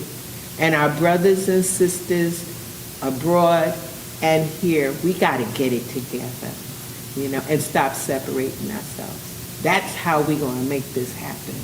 And those that are with me and want to do it, You know, my information's all over the place, you know, but, because I don't hide. I have nothing to do. Is if they cut the neck off here, okay, then what y'all gonna do with the cubs? I done joined a bunch of cubs. Okay, that's my answer. I just wanted to add an extended dimension to that question. Relationship, African Americans and continental Africans. We talked about it a little bit, and we've talked about the need to come together. I'll talk as an African, born in the continent. The Africans on the continent are a bit weird. What they think about, information is lacking. Very educated. The 1% of Africa, trust me, extremely educated. But they're not Afrocentric. That is what is missing. They're not Afrocentric. They know about their community. They know how they're going to run for election. They know how they can set up a bank. All the banks in Nigeria are owned by Nigerians. But they're not Afrocentric. In other words, they just business, which won't work. Because you begin to understand the importance of community. It's going to get to a point where you realize in your business, there has to be a community that will support your business. Until the day the continental Africans understand, because the way the continental Africans look at African Americans, when they come to the US, the African American community is not their first point of call for investment or for support. They go to Wall Street. They go to other places and go to the World Bank. Now, when you go to the World Bank, are you going to negotiate there? No. You're going to beg for a loan. So the Africans are experts in begging white people. They've so fine-tuned it in 60 years average that the way we survive is to go beg the Caucasians because the Caucasians have money.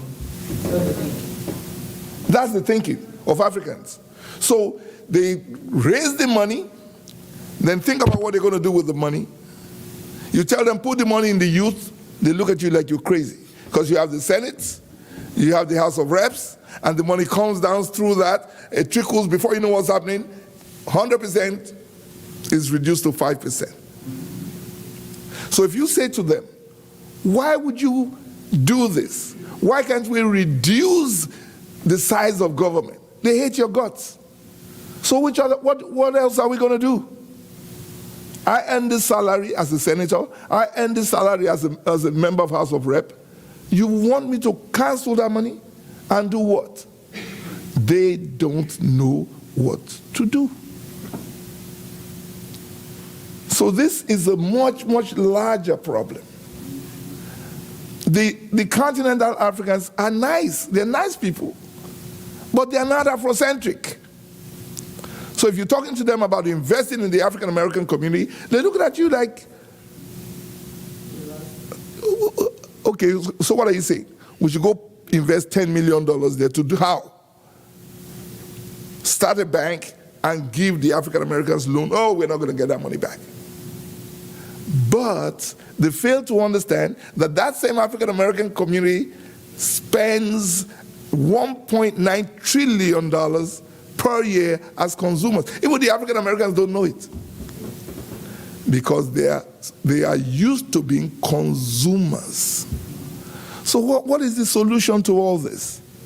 Knowledge. Now the knowledge, of course, is going to take us 200 years to educate every black person on the continent and in the US why they have to come together. It will take us 500 years. So there are other ways of doing it. Because I'll give you a good example. Almost everybody's on Facebook. If you ask the average person on Facebook, tell us the story of Zuckerberg, they don't know. They don't know who the guy is. A 30-something-year-old guy. They don't know. But they put all the photographs of their family, private, personal information, they put it on the guy's platform for free. Now, the guy doesn't tell everybody the whole story. There's an algorithm which he has built without telling you. So what happens is this. They study your habits. They study the postings. They study how your people dress. Oh, they like Eurocentric hair. So they push you this Eurocentric hair advertisement. So what am I trying to say in other words? Raising a community is not always by talking, or it's not always by being honest. Most of the time it's by trickery. The messages are subtle. You don't even see the messages. Oh, how many friends do you have on Facebook? I have 5,000 friends. 5,000 friends? You sure? Yes. Can you ask each of them for $10?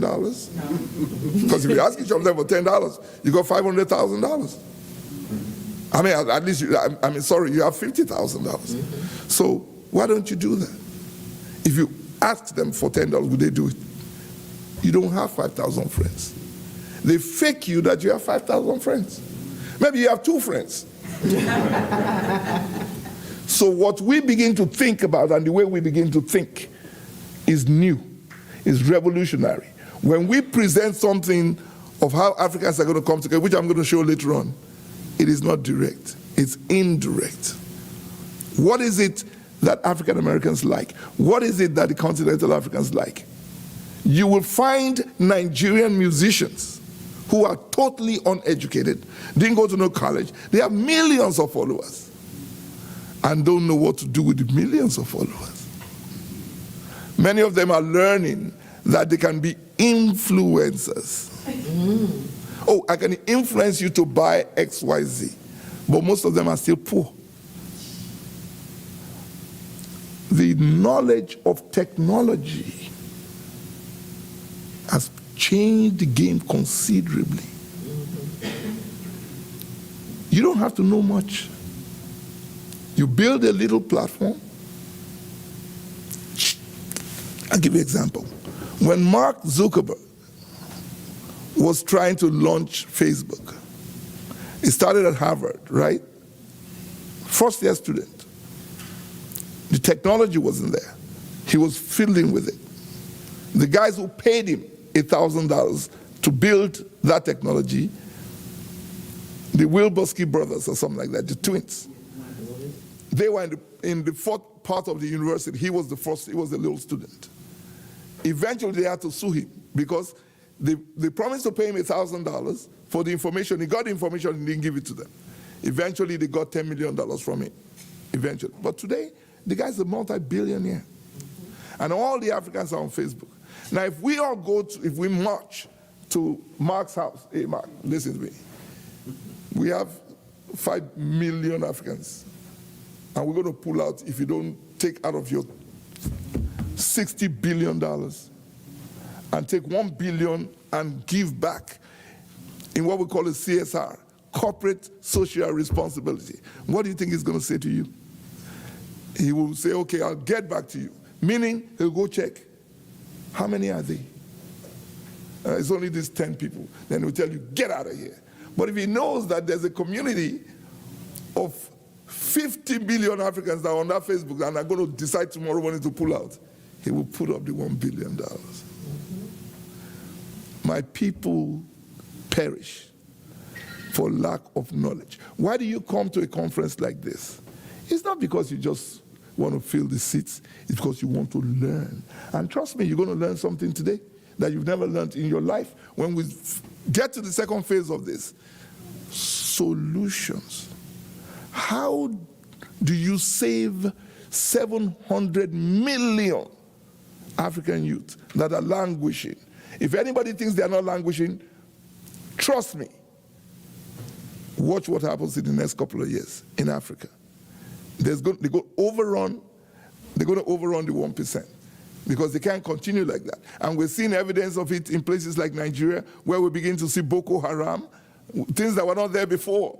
We're beginning to see those things now. We're beginning to see kidnappings. We're beginning to, it's like a revolt. And all the people doing it are young. Why? Because they're not happy. And why are they not happy? Because we're not taking care of them. So when we get the loans, 20-year loans, who's going to pay the loan? The same youth. When we get the 20-year loan, we squander the money and die. Right? Then 20 years later, the youth have to pay back the loan. They can't pay back the loan. So there are countries now who have realized that, you know what? They can't pay back. It's a good way to take over their country. So when they put up the loan, you don't read the fine line.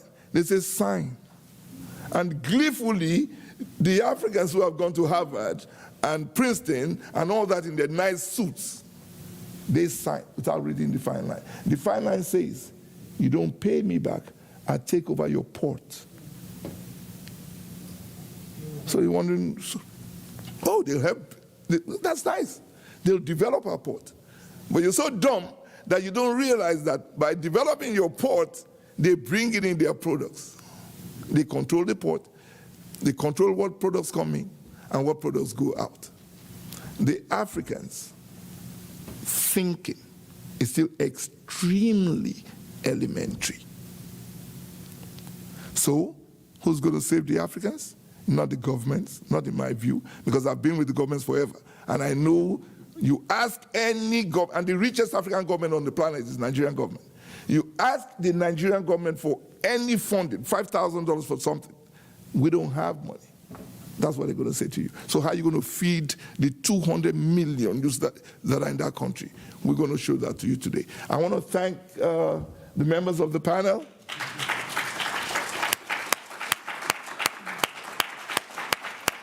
I enjoyed it tremendously. I don't know about you, but I can see people smiling. So though we're not 300 people here, sometimes it's 10 people that change the vision of a whole people. And as we're going to get into the next phase, you're going to see that you don't even need anybody to change the entire black world, which is what we're going to show you. Thank you very much. Thank you. Mr. Tony Rogers, thank you. And Dr. Woodhouse. Thank you so much. Yes, we're going to just take a 5-minute break, and we're going to get into the creative industry, which, believe it or not, is the solution. Thank you.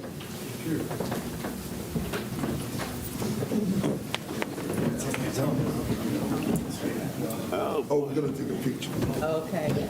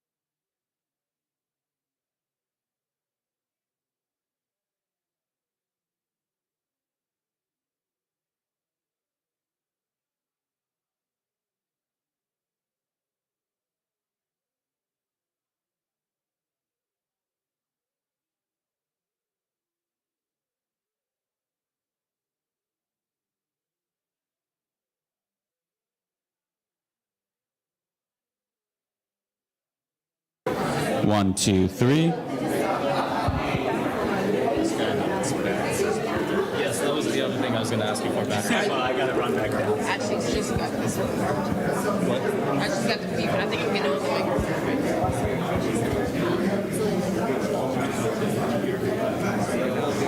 What we are sending you is... Well, this is just house. What you're sending her is mixed 2 right now. This is what you're sending her. So this is what I'm sending you. Yeah, that is what you are sending her. So without the mix, you could. Thank you. Yes, I will tell you. Please send it. Yeah. We gotta get to the people to make a difference.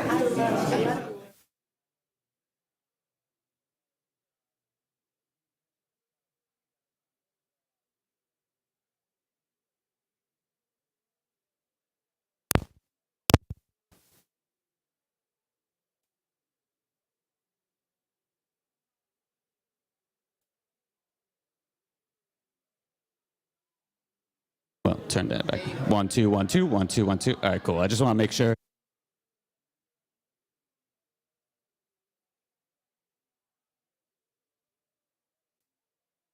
Now you can. Yeah.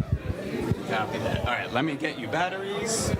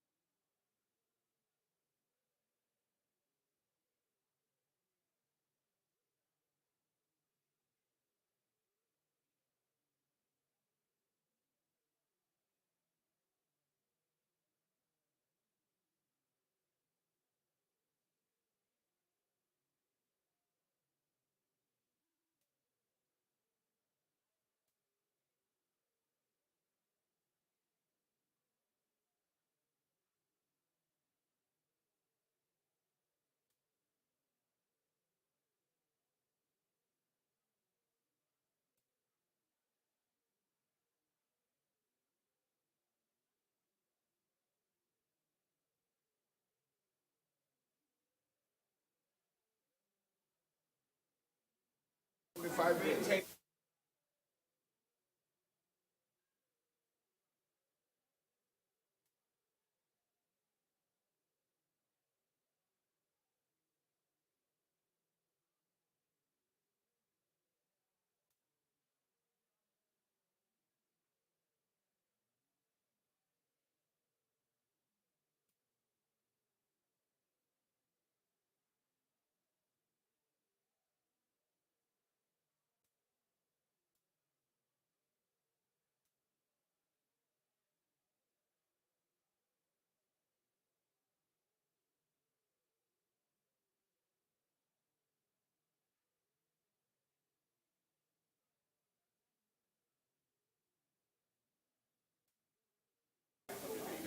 major live events in America on my network that we do every year. And then celebrities, live concerts and stuff like that. I built my brand on those concepts. And that's where I got the attention. And people were like, And then when I do have my shows, the shows got films and movies and stuff like that too. But, so slowly but surely, I didn't have the $600 billion it costs to open up a TV network. So I had to do it through the side doorway. And they got in. That's when they closed that side door on me.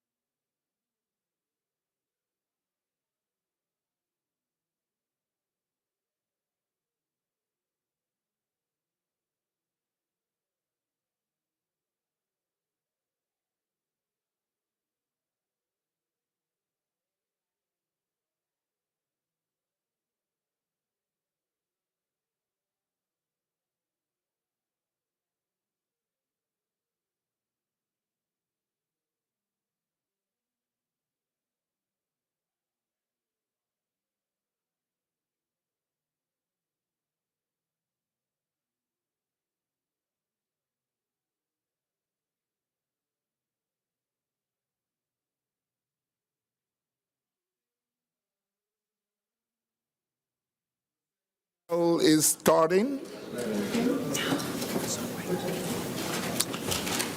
and I guess others will join us as we go along.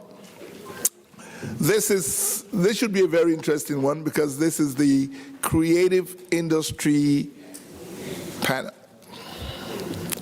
And people wonder, why is the African creative industry important? It is the industry of the youth. And we all know now in Africa, 70% of the population in Africa now are the youth. And why is the creative industry important? It is the low-hanging fruit, especially when government looks at it. If the youth are restless, the country is unstable. That's number one. Number two, the youth are the leaders of tomorrow.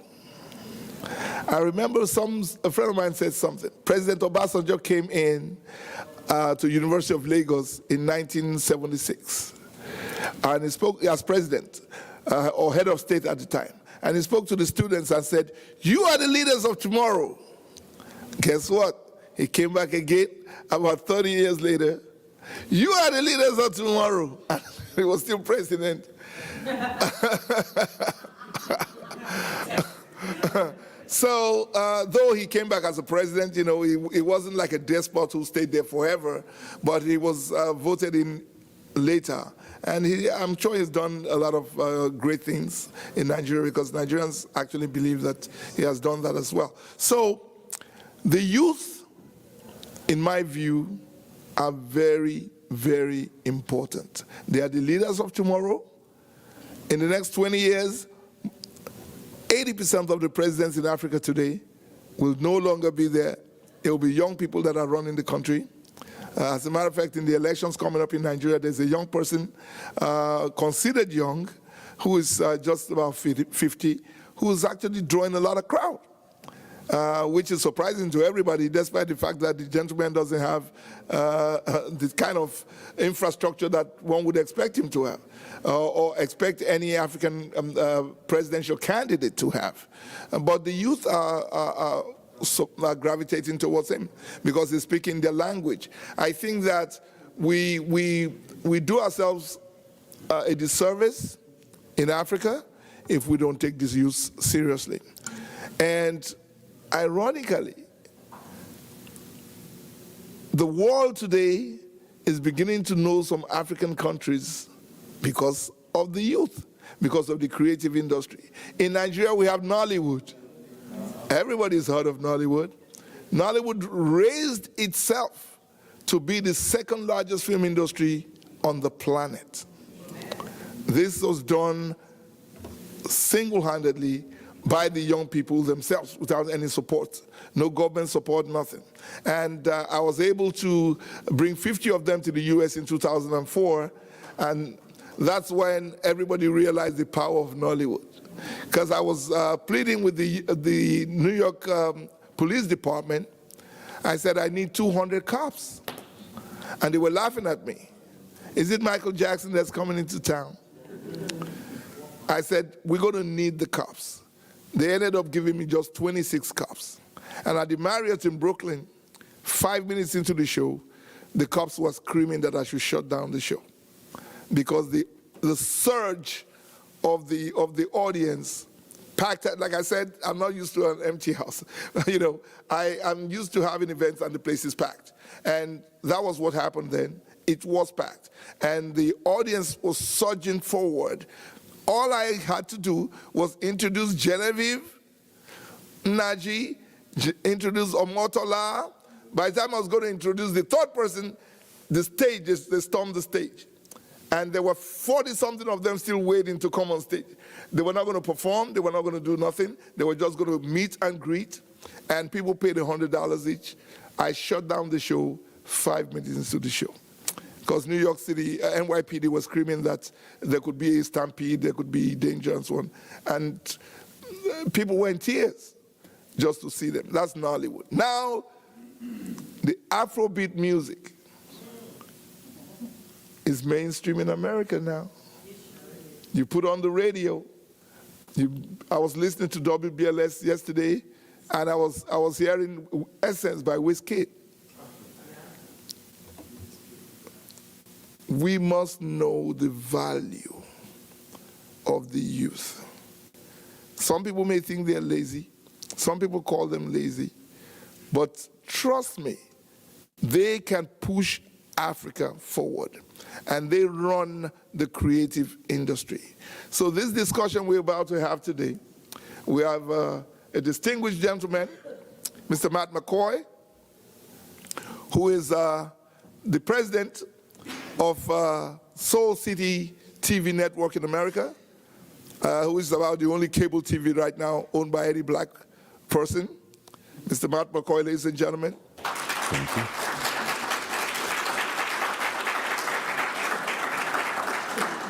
We also have across the ocean, from across the ocean, Mrs. Margaret Olele. She's done a lot of work, almost a 40-year span with the Nigerian creative industry. She is the president of the American Business Council. Mrs. Olele, please. So what we're going to be talking about is we want to hear their feelings about the creative industry. I'm going to start with Margaret. Margaret, you've been involved heavily in the African creative industry. You've worked with some of the artists. You've worked with some of the musicians, some of the filmmakers, and so on. Could you please just run us what you feel about the potential of the well, maybe specifically the Nigerian film industry, the entertainment industry, but generally, what do you think about the African entertainment industry? Thank you. Yeah, thank you very much, Tony.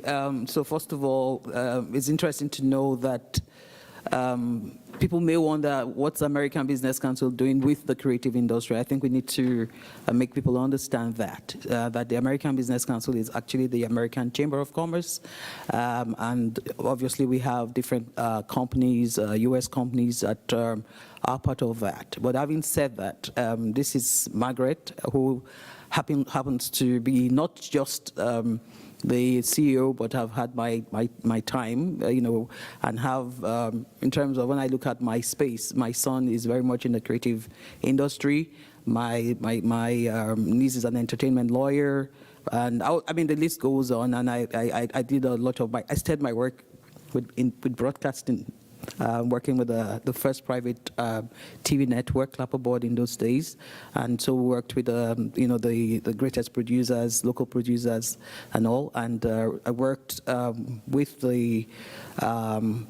I don't know how much we know about the industry in Nigeria in terms of the film industry, but those who know Hubert Ogunde, I worked, volunteered for the Hubert Ogunde Foundation at some point in my life. So this is me with my passion sitting here. So what do we know about the industry? I'm not going to go into statistics because I'm sure we can all check and see what's going on. And he's already shared that, Nollywood is, the second largest wood in a sense. And then, obviously, Afrobeat doing its own thing. But there's so much talk about the industry that we don't look at the business of the industry. The fact that, he shared that people came just to do a meet and greet and people paid $100. And so what we see is that you ask a lot of, maybe 5 out of 10 young people in Nigeria and even in the continent, especially strangely men, and they tell you, I want to do this in the creative industry, I want to be a producer, I want to, so it is a great opportunity. It is, and it's unfolding. It's, it's like, it's really just a scratch on the surface, because you're seeing people, doing things just because of what they like to do, and not because they see that, I have the opportunity to, to make money out of this. I'm part of a conversation now where we are looking at putting together what you call a web fest. You have tons and tons of Nigerians, Nigerian youth putting out, content on social media, and you have, having great followership and all that. How are they able to translate that into money is something that, nobody's talking about right now. But all over the world, in fact, in Africa, we don't have a web festival. So this is just one opportunity. I'm just, a drop in that space. How do you translate storytelling? I have a background in literature. That's another world. But you find out that there's an increased appetite for, content coming out of the continent. So you see the superheroes that we are seeing these days. We saw what happened to. It's interesting that I saw the Black Panther, the real Black Panther here. So, but what it tells you, the increased interest in that space, moving from animation, which is another big multi-billion-dollar business that Africa is not even there in terms of 0.001%, but the contents are getting a lot more attractive, and you're beginning to see, the opportunities that are there. What about the piece around people who musicians, coming out of Nigeria, and signing contracts here. And usually they have, lawyers who do the signing here, so they get big and they are working with Beyonce and all. But people are signing the contracts, right, and helping them do that work. One of my young friends in the industry said, you know what, I'm going to do to the. I think did he say that? I can't remember the particular bar, but he said, look, because I want to be able to help sign contracts for those Africans, those Nigerians who come here to sign contracts and they don't even know what they're doing, because at the end of the day, whatever comes out, out of it would be, adjudicated in the areas where these are signed. So you have the need for entertainment lawyers as well. So what about the guys in the fashion industry, makeup, and the list goes on. Yes. I would stop at this point, but the summary, before I got to the table, it was like, oh yeah, we're talking about a lot about the romanticization of the Black history and how we came to be here. Exactly. But the point is, how do we move from there? How do we begin to work, from the diaspora investment into the continent? And one thing that was music to my ears was like, oh yeah, I mean, you even get reduction in taxes by doing that.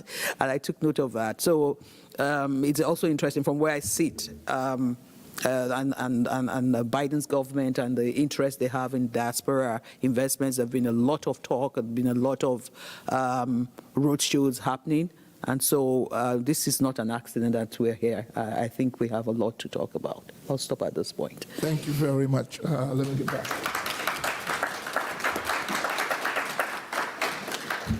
Thank you very much, Margaret. Matt is from the other side. Matt Mccoy.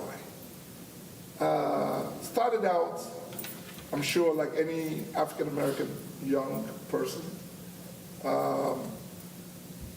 in the entertainment business, started out in the music business, owned a music studio right here. And you know what that means? For you to own a studio around this neighborhood, that means you've done a lot of work to get there.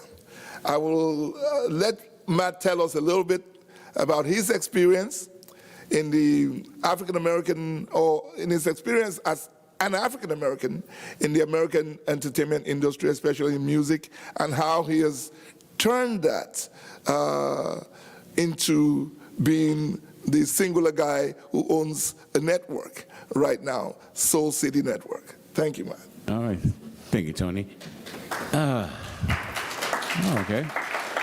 I'm not sure you guys are clapping for me or for Tony for that great introduction. But yeah, once again, my name is Matt McCoy, and I've been doing this for quite a while. I've been in the business of being black and the business of being in the entertainment world for quite a while, since a kid, pretty much. I grew up in a family that had a lot of jazz people in it, a lot of jazz musicians in it, and so naturally, I had to learn how to play something, because everybody in my family played some instrument. So I became a guitar player by accident. I wanted to be a bass player because I had a uncle that played bass, and I thought it was really cool to walk me down that bass the way it sounded. And so I told my mother, I must have been about 8, and I said, "Ma, I want to play bass." So for my birthday, she went out and got me what she thought was a bass. And I looked at it, I said, "Mom, there's 6 strings on here." And she said, "Well, learn how to play that too." So I became a lead guitarist. So I learned how to play guitar, so I became a lead guitarist, but I learned how to play bass on my guitar too. So a lot of people who knew me, like, he played bass and guitar at the same time on the same instrument. So I learned how to do that. But I learned at a very early age, from a teenager, that, wow, the entertainment world is very hard. It's hard to get into. It's very racist. I've been black all my life, and I've understood and I've seen the downfalls of being black. I've seen the great upside of being black as well, from the creative end. But the same opportunities weren't there. And as I got older and older, I went to a very famous high school here in New York, and I got a great education with bunch of people who didn't look like me, primarily. And I kind of shifted from entertainment, singing and playing in bands all my life, to getting into business. And I must have been like 17 when I started that shift. And I was also All-American in sports, playing football. But I shifted to business. It was just, since a kid, I always watched a show. It was a marketing show. It was an award show for advertising and marketing. Can't remember the name of the show now, but I was like 9 years old watching this show, and I watched it every year. I was fascinated by how they would make TV commercials and the marketing that went behind it. So I started studying marketing when I was in high school and got very good at it. And by the time I went to college, I was really good at it and didn't realize how good I was until one of my marketing teachers said, "Somebody I've been showing your work to thinks you're brilliant, and then they want to hire you to work for their company." It was a big company. I'm not going to name the company right now, but they was going to pay me a lot of money at 18 years old, 19 years old to work for them under the top guy in marketing. At that point, I said, so they want to pay me this amount of money to help them market other products. Why don't I just do it myself? And from that point on, I quit college and started my own business at 19. Started doing marketing, started doing music, stayed in music for a while. Like, as Tony said, I owned the studio on 43rd Street and 8th Avenue, which is now the W Hotel, I think it is. It's a big hotel there. But I did that. So marketing led me into, I stayed in the entertainment world through marketing and my connections to different people, because I still loved it. So that led me into doing live events still. I used to do a lot of comedy shows and music shows. And then that led me into spoken word. So my sister Yana and I, who was up here earlier, we created a company called Hottest Poets with some other people that became the largest spoken word organization in America overnight. We ran that for 20 years. It actually is still going on. We just made a comeback last month. And I think, Yana, correct me if I'm wrong, we are still in the Guinness Book of World Records for giving away the most money in Poetry Slam history, I believe.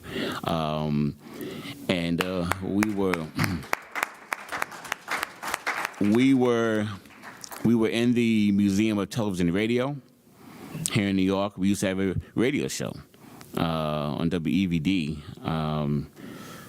that was all spoken word. And people couldn't believe that we could do a radio show with just all spoken word. We had celebrities come on and do spoken word. There's a lot of people out there in the industry who are poets, fantastic poets, that you would never even think of. And they loved our show. And they would come on and they would come to our live show and they would, show. So all that led me into kind of where I am now. I'm giving you guys the real short version of who I am and what happened. But the biggest thing for me that I learned when I was in my teens was if you don't control the narrative, then you control nothing. And I always remember to control the narrative. And that's, I find, is where we are right now. Hip-hop, we talk about the youth. Hip-hop changed the world. Hip-hop came out. I was there when hip-hop started. I was a young person. But I remember it started in the Bronx. I was born and raised in the Bronx. I was there. I knew a lot of the hip-hop, Kool Herc, Dougie Fresh is a good friend of mine. I know a lot of the people who started hip-hop. But hip-hop isn't what they started today. Why? Because we don't control it. We don't control the narrative of what hip-hop is. And Afrobeats is going to be the same thing. We don't control it. We write the music, we create it, but somebody else came along and spun it into a whole nother world. So hip-hop today is not what it was before. But somebody's making billions off of it. Billions. And it's not us. We have some who are in it who are making millions, and some of them who are real smart, business-wise, and they, are making tens of millions, hundreds of millions, but somebody is at the top controlling it. We don't control it. We don't control what we say. If you say it the wrong way, they don't want you on it. Remember when hip-hop started, it was real positive. It was about having fun, being positive in your community. We had artists that were, now, everybody's, and I don't use the N-word, so I'm not going to say it, but that's rampant on there. You didn't hear that before. It was, you didn't hear about, downgrading women and degrading women or killing people, and what that wasn't what it was about. All of a sudden, though, because somebody else controlled it, and that's the image they wanted you to control. Again, control the minds of people. You control the people. I think Tony mentioned that before. So I learned that as a young age, and so I started Soul City because I wanted to control the narrative. I got tired of seeing what I saw on TV, what was being shown, and I would say, you know what, I could do this better. We can have at least one channel or one network that show black people doing something positive. And it wasn't everybody jumping around all the time and yelling and screaming and, killing each other or whatever. So created Soul City, came up with the name because I'm from New York City. But I'm a person with a lot of soul, and we are people with soul. That's what I think separates us from others. We have a certain soul that's different. So I created Soul City with a few other people. And I originally I got into technology. I love technology. And I remember watching a live stream concert. I think it was Rochelle Farrell, if I'm not mistaken, from the Blue Note here in New York. This is 1997, I believe it was, 98. And it was online. The internet still was choppy. They didn't have, Wi-Fi then, and the high-speed internet. So it was still broadband, I think, at the time, and it was dial-up, and it was choppy. The audio wasn't bad, but the video was really choppy. You could see the artist, but you couldn't hear. But I said, that's the future. That's the future right there. Well, I can just go on my computer and watch something. That's it. So my goal back then was to create a online broadcast channel. Come to find out later, the person, and I spoke to the person I called up broadcast.com and talked to them about their service and what they did and how they did it, and I spoke to somebody. Didn't know that the person who owned broadcast.com was Mark Cuban, who owns the Dallas Mavericks. He's the one who created broadcast.com. And I spoke to him a long time ago. So Fast forward, I have a good friend of mine, Chris Cameron, who we wanted here today, but he couldn't make it. He had a funeral to go to. But Chris is a brilliant brother. He's been in the technology world. He has Grammys for technology. He's been in the technology world and broadcasting world for a long time. He called me one day out of the blue and said, "How are you doing with your online platform?" I said, I'm getting there, about 6 months away from launching. He said, "Why don't you come to TV?" I was like, "I don't have $6 billion to go to TV." That's how much it cost at that time to start a TV network here in America, about $6 billion, a little more now. He said, "Well, I have a secret, and I can show you how to do it for pennies. It's still going to cost you a couple million, but we can get you in." He explained to me he owns his whole platform. He's the only black-owned distributor here in America. And he showed me what to do, how to do it. He said, "You get the money together, I'll get you on television." And so, I talked to my sister Yana, who was the financial advisor. She said, "How much money?" And I said, "Well, we could do this." So we put it together. And here I am, going into my 8th year now with Soul City, and he got me on TV. He got me on TV through Verizon and Comcast and all the major players. I recently dropped a few of them only because I saw the turn in television where people started to basically cut the cord, and cable was not the way to go anymore. It was online, it was Apple TV, it was Amazon, so I'm on all those platforms. I'm on every single last one of those platforms. I still kept Comcast and Verizon and some of the other big ones, but I did it solely to control the narrative. That's really what it was about for me, and to portray the image I wanted to portray of black people. Thankfully, through Tony Rogers, for the first time, and I'm ashamed to say it, but for the first time, I went to Africa this year. Always wanted to go to Africa. I'm Afrocentric. I know everything about Africa, and I've never been there. I can tell you everything, the history of Africa, but I've never been there, and only because I don't like flying. That's the only reason why I don't like flying. So I avoided it all my life, going there. I got tons of friends from Senegal and Ghana and Nigeria, but I never been. So this year I went. Best move of my life. Best move of my life. And I went there with the Harlem Tourism Board. I am an executive on the Harlem Tourism Board. And that trip was amazing.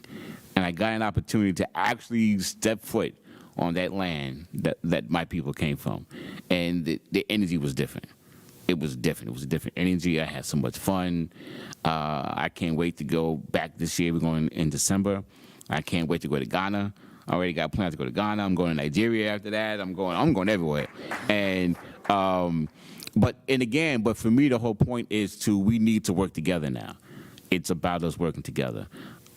Individually, I've always learned two things. I'll end with this, and then I guess get into more questions. But I learned two things in my life.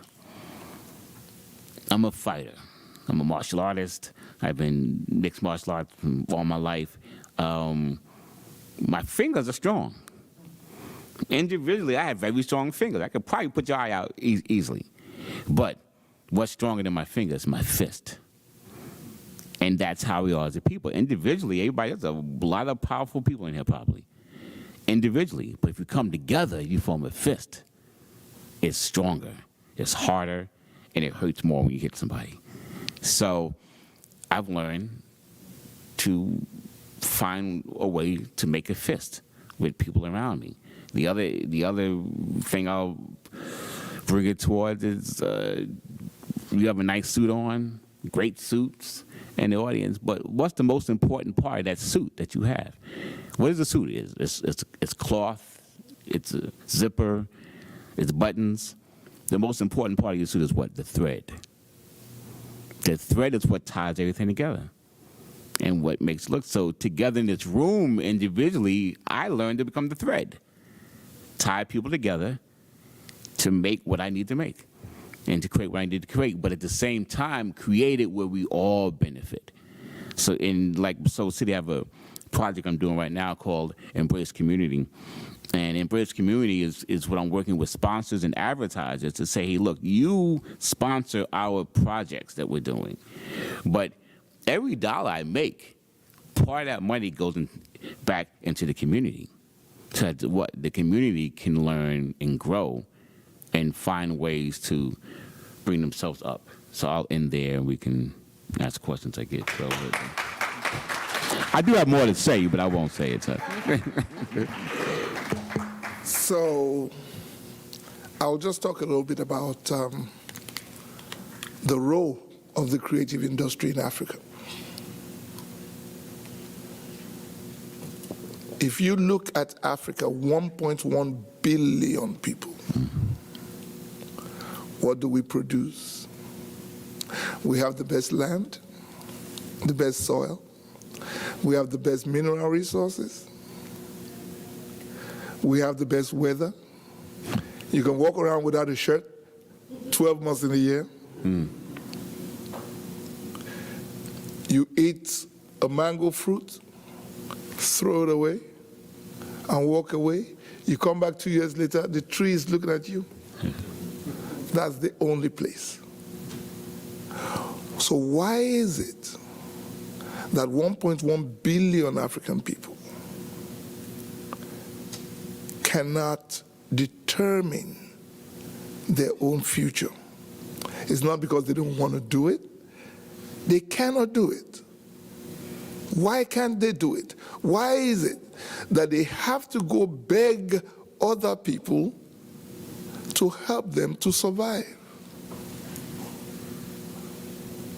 Think about it. We beg. We might dress fancy, we might act like big shots, but our leaders beg. So in those days, it used to be direct begging. Nowadays, it's called loan. We go beg. And I believe that we do that because we do not value what we have. And the reason why we don't value what we have is we do not know the potential of what we have. So if you have 700 million, I'll give you some numbers. Nigeria has 100 million internet connections. The fourth largest on planet Earth, bigger than Britain and Germany combined. Every Nigerian, including the vulganizer or the woman selling pounded yam and okra soup, has 2 cell phones. We do not understand the technology and what it means. There's a program in Nigeria called Big Brother Africa. A very, very important, very famous program. It is produced by South Africa in Nigeria. And every year, they do about 2 billion in revenue. And all they do, they put 20-something, 30 people, young people in a house and watch them for a month. And then ask the Nigerians to vote who leaves the house. But they didn't tell the Nigerians that when you vote, you're paying some money to a company called MTN. That company called MTN is also a sister South African company. So the Nigerians who are maybe genuinely naive are only concentrating on the art, but they're not concentrating on the business. So everybody, how many million calls? 700 million calls. At how much? 10 cents each. Do the math. Next year they come again. Next year they come again. And there's not a single Nigerian company that can replicate it. Why? Because all the advertisers who are Nigerians will not support the Nigerian producer. They will support somebody who from South Africa who's not black. The Africans are like, when I want to describe, I've spent 40 years in the US. When I want to describe Africans, they have the most brilliant people. If you go to Harlem Hospital, half of the doctors there are Nigerian doctors. You go to Harvard, you go to everywhere. The guy who founded the cure for cancer, diabetes, is a Nigerian using bitter leaves, Nigerian bitter leaves. But collectively, the Africans are very laid back. Very laid back. Do you know why Africans are laid back? Because you can walk around without a shirt. You don't have no problems. You don't have to create nothing. God was so good, the so-called Garden of Eden is Africa. And he put some folks there. The oldest fossil of any human is called Lucy in Old Dubai Gorge in Kenya. A black woman. So why would the Africans innovate? Why would they create anything? They're having a ball. So that is how they've been subjugated. And they have so gotten to a point where they will say to themselves and justify it. Do you know how much this suit is? It's an Armani suit. It cost me $4,000. And I used to be like that until the musician fella asked me a question. He said, Tony, how much is this silk suit you're wearing? I said, I bought it for 400 pounds. This was in 1980. And he said to me, how many Nigerians benefited from that 400 pounds? It never occurred to me before. I said, Nigerians benefit. Why would they have to benefit? He said, how many British people benefited from that 400 pounds? Then it clicked. Oh, so I'm using my hard-earned Nigerian money and giving it to somebody else. And his family is enjoying and surviving. The Africans don't think like that. The Africans think about, what I'm wearing now is exactly what Bill Gates wore. So I'm a big shot. So the continent is going down. It's not that the continent is not making money. The continent is spending that money elsewhere. Now let's look at our brothers and sisters in the US. They spend $2 trillion per year as consumers, meaning they have the money, but they spend it and give it to other people. So why are the Africans like that? We have to think about it. In order for us to make the change, we have to change our thinking. So that if I'm going to spend $100, I'm going to say, listen to me. Like what I'm wearing now is a Nigerian designer, Moshood. Everybody knows Moshood in New York, right? Yep. And Moshood has been here for 40 years, and nobody knows Moshood in Africa. Wow. Wow. Why? Why? Until recently, the Nigerian film industry, nobody took it seriously. As a matter of fact, when we were shooting in celluloid in the 70s, as a kid, I used to go sit with the greatest Nigerian filmmaker, Chief Abat Ogunde. He had many wives. I would go to his house from college and go just hang out with them. And he would make these movies, and I wanted to make movies. In 1976, I showed him my script. And he said, you're going to need a year out of college to be able to do it. I felt so sad. I felt disappointed. But my classmates never believed I could make movies because I never trained as a filmmaker. But now I make movies, global movies. My movies are on Netflix. My movies are all over the place. And then it occurred to me one day, why do I have to give my movies to Netflix? I shot a movie with $1 million and gave it to Netflix for less than $100,000. Why? Because Netflix seems to be the only streaming company, or Amazon. There's just a handful of them, 2 or 3, So we have 1.1 billion Africans.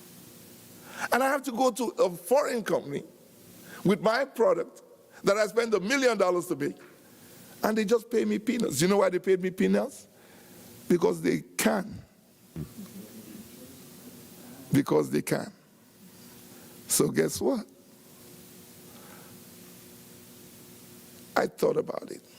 And God always blesses. There was a gentleman whose name was Len Duncan. He worked in a place in America called Bell Labs. The entire technology that you see today is developed in Bell Labs. And this is a gentleman from Trinidad and Tobago. He worked there from the age of 19. And all the technology in his laptop, if he walks around with his laptop, the first time I saw Facebook technology, Zuckerberg was probably like 10 years old. And he showed it to me. And he showed me how Africa can monetize its products on his laptop. I couldn't believe it. He said Nigeria is the elephant in the room. Why? Because we have those internet connections. We have 5 fiber optic undersea cable, each one $1 billion each. Nigerians own undersea fiber optic cable, which nobody else owns. 6 of them in Nigeria at $1 billion each. And those Nigerians only use less than 5% of the bandwidth. They can give out the bandwidth for free, but they won't. The Africans are not, they're smart, but maybe they're not as smart as they should be. And because they think as individuals. Matt talked about the group. So here you have the second largest film industry in the world. You can project their content to the rest of the world and monetize it. How do you monetize it? Advertise. They'll pay billions of dollars to you if you can do it. But guess what? The Nigerians that own those cables that could do it tomorrow will not even listen to the Nollywood people. They look down on the Nollywood people. So the Nollywood people, what did I do? I brought 50 of them to the US, and I created the biggest distribution network in America with them. Why? Because the first movie I shot in 1997, called Back to Africa, I went from store to store in America for 10 years. There was no Nollywood. There was no Nollywood film. There was nothing. I went from each store. I would walk into a store in New York, hair braiding store, and the African-American women sitting on the seat with their hair getting braided. And guess what? And the people braiding are Africans, African women. And I would bring in the poster, walk in. Now this is rudimentary, right? But I did it. I walk in, I said, look at this, my board, I have a movie. Then the African-American women would ask me, is that a good movie?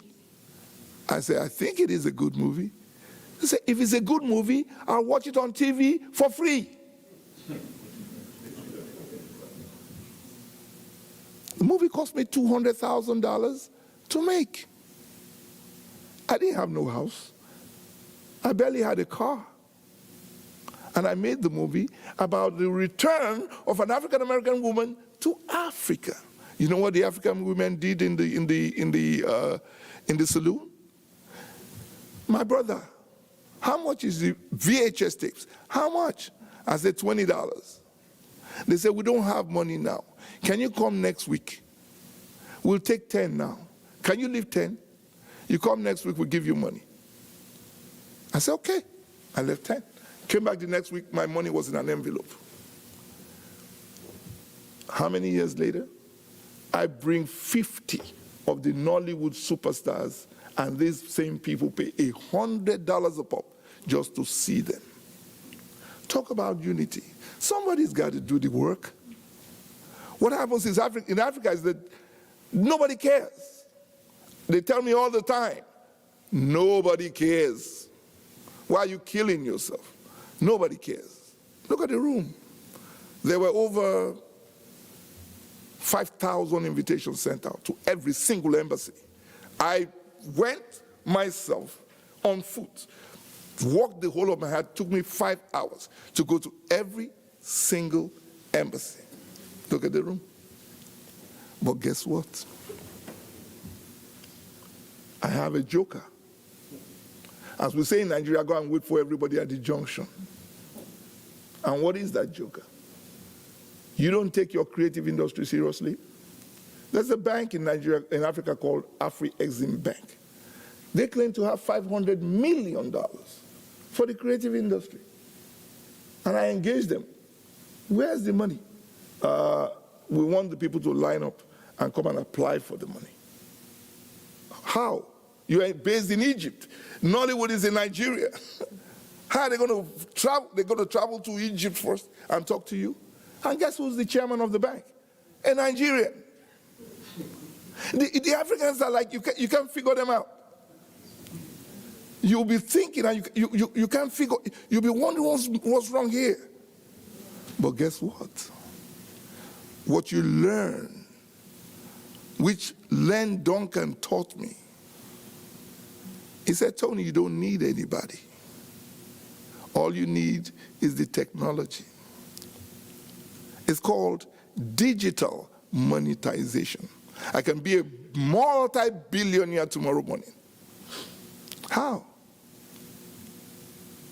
You got to figure out the link, which is impossible to figure out. I had to figure it out in Silicon Valley. What is the relationship between the money we spent in the US, $2 trillion. In Africa, trillions of dollars as consumers. What is that relationship? So here comes the question. You have to think outside the box. We may go to Harvard. Everybody wants their kids to go to Harvard. They don't think outside the box. That's why the Zuckerbergs, that's why all the guys who are multi-billionaires dropped out of college in the first year. My brother here just told you that he dropped out of college. We buy it hook, line, and sinker that our children must go to Harvard, our children, and we pay from Africa $100 and something thousand each, and they learn nothing. In my company, I have someone who went to Harvard that works for me in my company. If you sit with the person, they'll say, you know what, I didn't learn nothing, I'm learning everything now. So this is the game. This is how you take over. How much, check this out, how much do Africans in diaspora send back to Africa every year?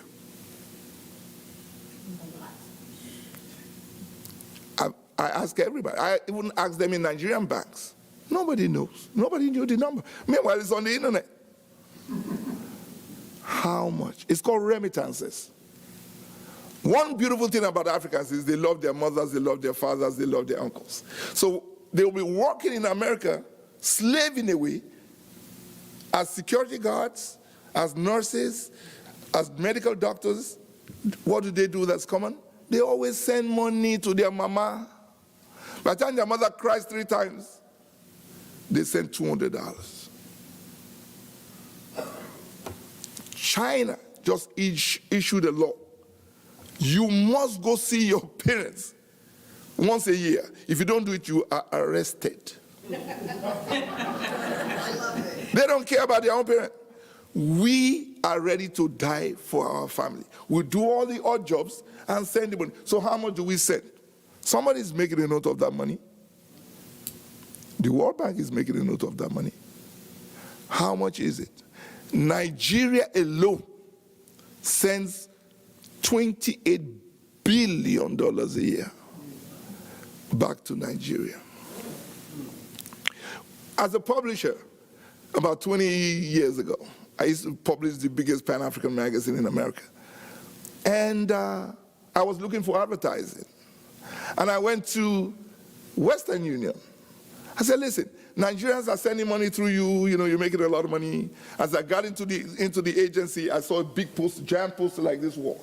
Thank you, Nigeria. We just made our first $1 billion in fees. That's their own personal money. So I asked them for an ad, one page for $5,000. They danced me around, and I owned the biggest Pan-African magazine. One page for $5,000, I didn't get it. So I said, I must be dumb.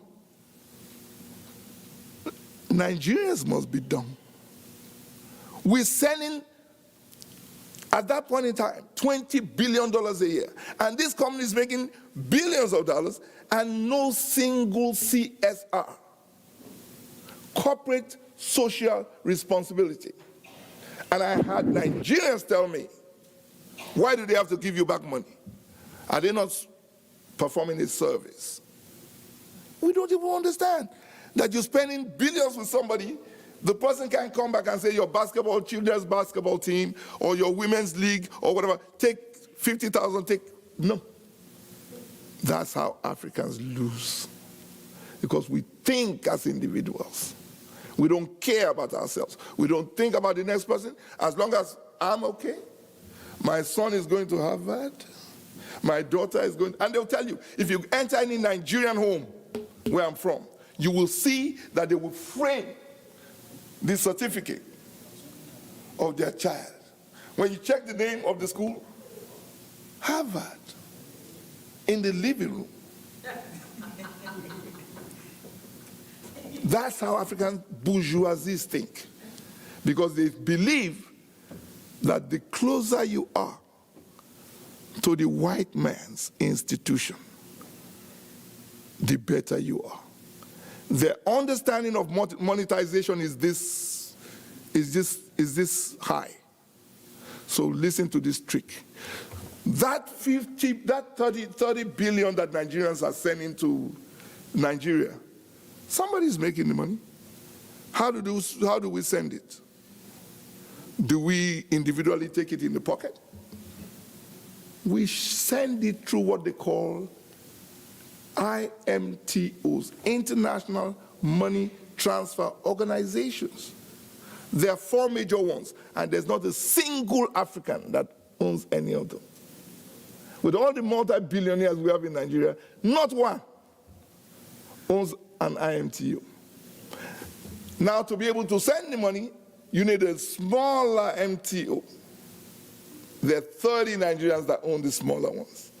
How much does it cost to have the bigger, larger, be the big man and transfer all the money and make all the billions? Maximum on the planet, $100 million. You can start with 10 million and just do only New York and New Jersey and whatever, right? No African, not one, has been able to do it. So here's the trick. This is why your creative industry, I'm giving you some tricks now, you can go become billionaires tomorrow. Here's how you make money. What attracts the eyeballs and the earlobes of all Africans in diaspora? Nigerian Nollywood movies and Afrobeat music. So if I build something where all the Nigerians are there every day with their eyes watching and their ears listening, guess what happens? I control all the eyeballs and earlobe. Automatically, I control all sales. I can decide tomorrow that this Moshood attire is $500, and I will sell, because I have millions of people on the platform, which is called a digital platform. If I sell 1,000 of it, how much did I just make? $500,000. So the Africans haven't learned how to monetize, which is good, because it helps me to be the first true African trillionaire. The less people know about something and just be like sheep, the more one single person is going to be a multi-billionaire. Simple. So what I said in the last panel, I said, we will say, how do we come together? We have to come together. We don't have to come together. We already come together. Because everybody listens to the Afrobeat music now, don't they? So if I give you the Afrobeat music, all of them, and I give you the movies, all of them, and I give you the fashion, all of them, I give you culinary arts, all of them, I give you all the creative industry on one platform for free. Free. What do you think is going to happen? Everybody comes to the platform for free, like your Facebook that you own for free, your WhatsApp is free, every other thing is free. But is it free?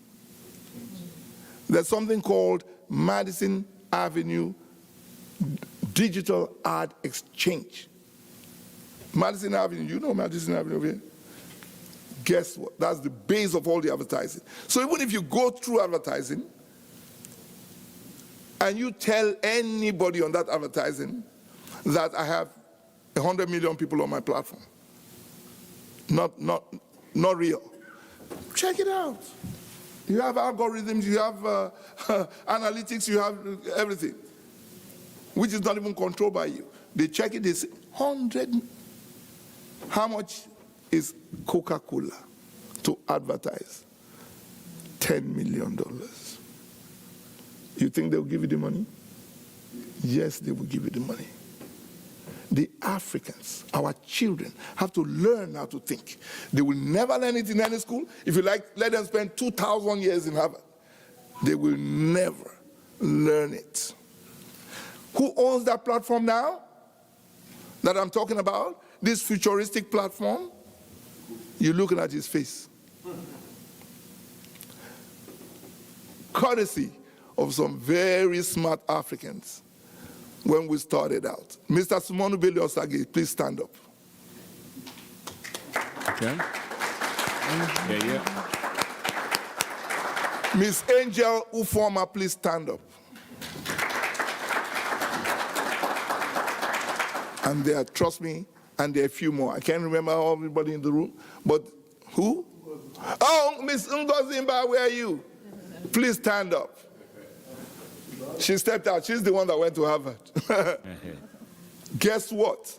When I started talking about this in Africa, they were looking at me like, and I know a lot of people who are extremely rich.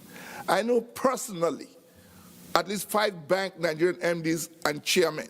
I can eat, while they're eating, I can go eat pounded yam in their plate. And not one put a dime. But Mr. Sumonu Bello Osage, the young lady, Barrister Ufoma Okonoko, Ngozimba, they are widow's mite. And I got like 12 people like that. And of course, every dime I had on the planet. And we spent 5 years to build the technology. You know how much it costs to build that technology in America? About $5 million. P. Diddy he tried to build it, he couldn't build it. Jay-Z tried to build it, he couldn't build it. Guess where I built it? Bangladesh. Is the world a village? Bangladesh is where it's built. I'm going to show it to you. It's where it's built. Run without any interference by nobody. It took me 5 years to build. I don't own a house. I don't own a car. But I own Blaze Channel. And all your children that are going to come to you, trust me. I have friends who tell me that they're smart, they own houses, their children went to Harvard, their children, eventually what do the children say? Uncle Tony, I have a talent. I want to be in Nollywood. This young lady here is one of the top actresses in Nollywood today. I want to be in Nollywood. And then they come to me. Who doesn't have a house? Who doesn't have a car? And they tell me, can you help my kid? Because my kid already did a master's degree at Harvard, but he keeps worrying me, he wants to be an actor. What kind of stupid children are these? Yep. Very. You get that a lot in Nigeria, in Africa. They are loggerheads with their kids. Sorry, can I make a comment? Yes. Yeah, because I need to share that things are evolving. I mean, this is a great project, and we have discussed this over and over.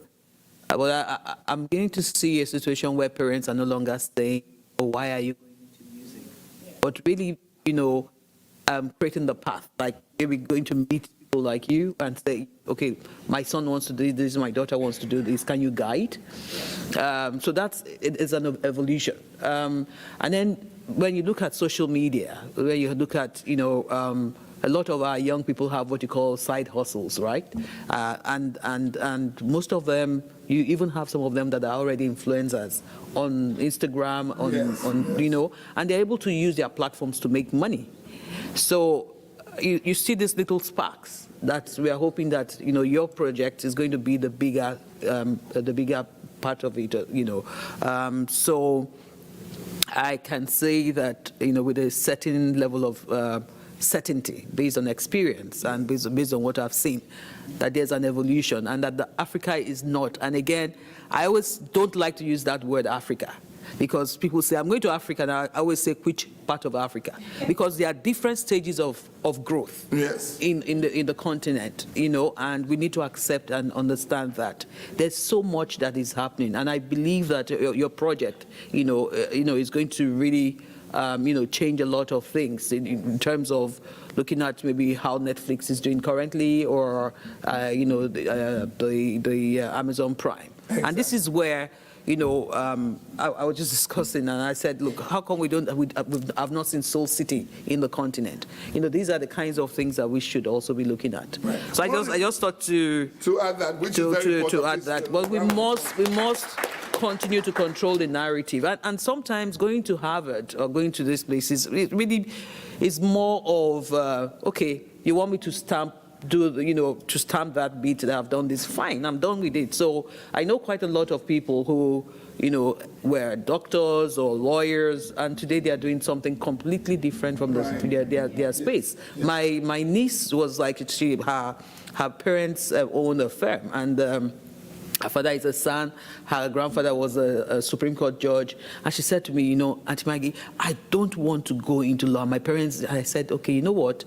You have an organization, you have a firm that's thriving right now, and I think you need to look at owning that space and then going to do something else. She ended up, today she's an entertainment lawyer, and a fantastic one at that, and she's doing so. It's almost like using one thing to open. The Nigerian youth are very, very good at doing that. Yeah. So we are looking forward to this. Yes. Now let me add something. When you have, imagine 100 people in a space. Imagine 100 people in a space, and every year, 5 die. And that same every year, one person is eating food. The next year, another 5 will die. The next year, another 5 will die. What's happening in Africa, which we are not checking, 700 million. African Americans are 40 million. 700 million are languishing. First time in history in Nigeria, we all grew up there. When you were growing up, how many Nigerians did you hear committed suicide? They're committing suicide now. Yeah, but again, that ties to the fact that the world, people are beginning to see things the way the world see, the cultural, maybe negative cultural influences. When we were growing up, we learned of African Americans, we knew of Soul Train, we knew of everything, we followed, we didn't commit suicide. During the Nigerian Biafran Civil War, I don't remember anybody that committed suicide. The Nigerian youths are beginning to commit suicide. Reality. Social media.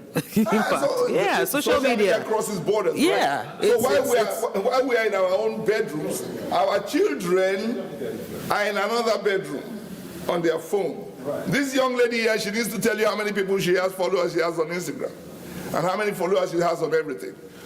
Guess what? What am I saying in other words? Time is running out.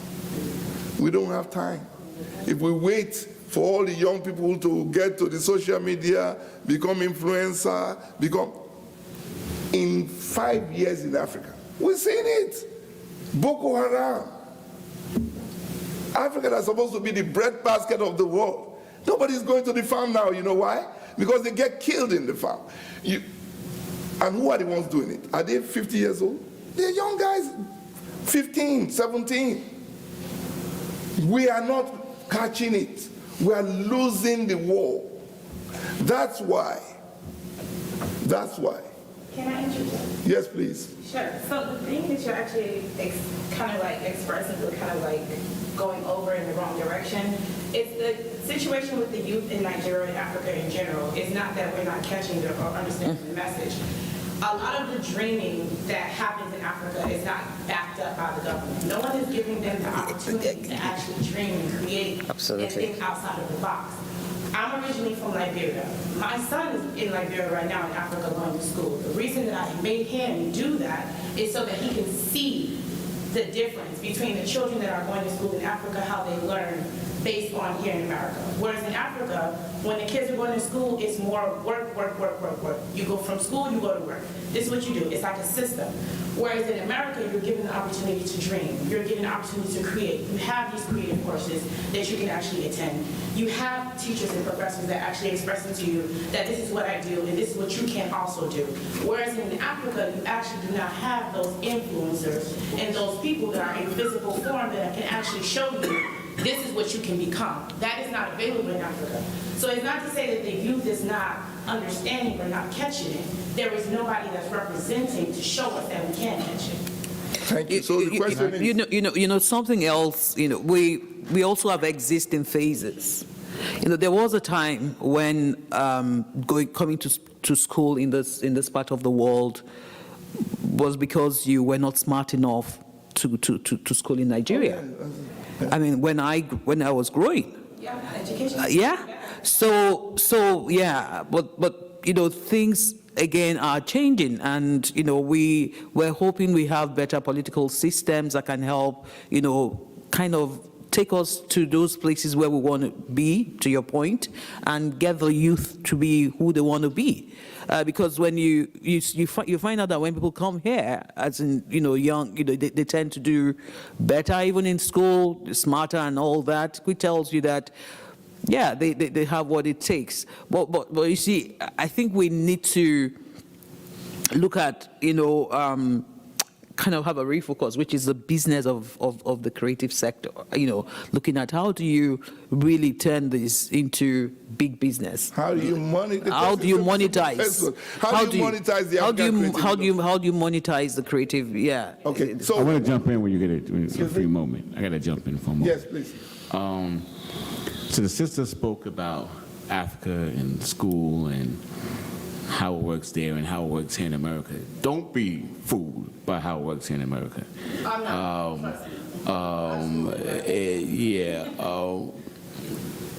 As an African American, we had a fight to even get to where we are now. A lot of people died in the civil rights movement. A lot of our leaders were killed in the civil rights movement to get to where we are now, which is not much further than we were, honestly. I can't speak for what happens in any part of Africa, but here we talk about opportunities.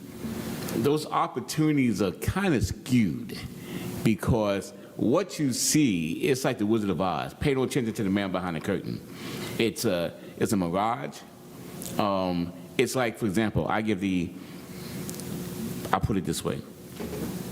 I just want an opportunity to be equal. But not every opportunity is equal.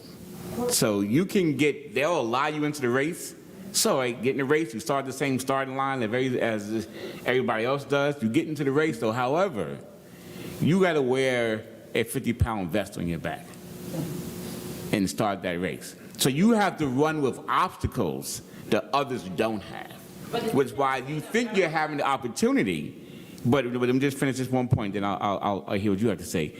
You think you're given an opportunity. Again, I was born and raised here. I went to the best schools here. I kind of figured it out. And then you get to, let's say you supposedly make it. you get to a good school, you get your master's degree, and how crazy is it? Now, think about it. Your oppressor taught you to think in a way to oppress yourself. You get a master's degree, and what does 99.9% of people with master's degrees do? They go out and find a job to work for somebody else. You are a master at something. They give a degree to this, say you hang it up on the wall, you are a master, but you turn over your intellectual property to somebody else so they can tell you what to do and how to do it and how much money you're going to make for what you do. That's not an equal opportunity. There's a difference there. And understanding the word opportunity and how you perceive it and how you use it is different from what it really is. So that's why I say it's a mirage sometimes. That's why I tell people, don't get fooled by it. Yeah. You know what I'm saying? There are more people who make more money when they dropped out of school than when they stayed in school. You know, going to school, you're just making somebody else rich. Right. By staying in that college and that university, they are getting rich for you being there. Right. You know what I'm saying? So, and then you come out, you can't get a job. I know a lot of people with master's degrees who can't get a job. Yeah. I said, be a master, create your own job. You're a master at what you do. You're a master accountant, you're a master shoemaker, whatever it is, create your own job. They can't because no one taught them how to do that. Right. They only taught you how to work for somebody else, which is why I think we're here. It's how do we work together to create what we need to create for ourselves. That's the way you do it. I don't believe in school. You know what I'm saying, personally. Yeah. So I think it's foolish to go there. I'm not gonna mention her name, but she's very famous. I have a niece. I'm not gonna mention her name because she's like, why you mention my name like that? But I have a niece she's very famous right now. She runs one of the biggest companies out there in the department for the everybody knows her. Matter of fact, Jasmine just showed me her picture just a few minutes ago with some celebrities, with something she was doing, and the company, the logo of her company that she works for was there. But she dropped out of school and created her own way, which was so dynamic. The company said, you know, we're going to pay you a whole bunch of money to come work for us and do something. All right. And I know she's only doing it for a minute. Yeah. You know, saying to gain some resources that she needs or whatever. But, you know, I think, and it's just my opinion, and again, I don't knock anybody that does it. Hey, go to school, you want to go to school, you know. But I know a lot of people with master's degrees and doctorates and so on and so on who ain't doing the damn thing. Yeah, and they can't think for themselves. They think like the oppressor taught them to think, and it's a game. It's a vicious cycle that we never get away from. It's a dog chasing its own tail continuously. We never stop. I'm sorry. Pertaining to the education portion of it all. Okay. What I was pertaining to is the fact that you actually have that opportunity. Like you said, there's a race, and sometimes we're not able to actually get into the race due to our skin color, things of that nature. Whereas in Africa, in America, you might have the race. We don't even have the race to even join it as of yet. The question I want to ask is this: why don't we have a race? Because I feel that we have governments, don't we? We do, but unfortunately, with budgets, don't we? The governments do not. So the question, you see, that's what I'm saying about Africa. That's what I'm saying. We give excuses. Yes, Ms. Animashan. Great panelists, congratulations, Tony and Polo. I just want to have a quick, it might be a digression. You mentioned earlier that African Americans as a community have a spending power. Yes. 106 trillion. Africans altogether is spending power 2 trillion, right? Yes. Okay. What we need is to find a way to bring together this spending power, okay, by finding a critical mass at some point of getting African Americans and African, well-meaning Africans, to get together and, try to find a common ground and pool resources together and create the greatest continent on earth. It can be done. It's not easy, but it can be done. What China has done can be repeated in Africa. But we need the resources, and we need the pulling together of resources from the diaspora, with Africa. And that's the only way. Until that happens, Africans cannot earn respect in the world. African Americans. If Africa gets developed and becomes great, then all black people in the world will be respected. We need to get there. It's not going to be easy, and I just wanted to have it. Okay. But I don't think it's, Let me just say something. Yeah, bro. You see that statement you said, Larry? I've heard it for 40 years. Everybody knows. Every single person in this room knows. We got to get Africans and the African Americans to work together. They're working together in this room, and half of the room is empty. My point is this: to be able to bring African Americans. I know my friend Dean Badaru is a Hollywood actor sitting with his white shirt. He personally took some African Americans, is building a studio. He has built everything in his country, and he took them there just for them to be able to teach kids that they were supposed to teach. They were fighting over the fact that they couldn't get fish in the morning to buy in the ocean, and they had to pack their load and go.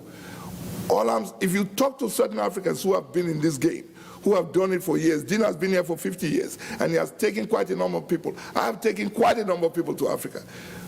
All I'm saying to you is this: when you prefer a solution that's real. If we wait, one second, my sister, if we wait for the day that African Americans and continental Africans are going to get together and then create what you have said, which is the solution, but how? If we wait for that day, it will be 1,000 years from now. But there are platforms like the Chambers of Commerce. The like, Chambers of Commerce. There are platforms like that. Wait, my sister. Sorry. You know why I have to jump in at this point? Because the people who reach out, I have on a regular basis, I have U.S. companies reaching out to American Business Council, medium size sometimes. They're like, okay, how do we do business in Nigeria? What is it like? What's the terrain and all that? And I have maybe 1 out of 100 are African Americans. Yes. So why? So why? So that's why we need to understand is it that they don't have access to information? Yes. We need to have more access to information to Africans in the diaspora. How do we reach out to where and how do we reach out? What platforms can work? The question again is, they see the value in Africa. They see the money, they see the investment, they see how they can make money. We have to show our African American people how they can flourish in Africa, I feel. And vice versa. And vice versa. Let me take my sister, then I'll come to you. Yes, please. For instance, not in a continent when you have all the other TV stations. Right? American, you're African.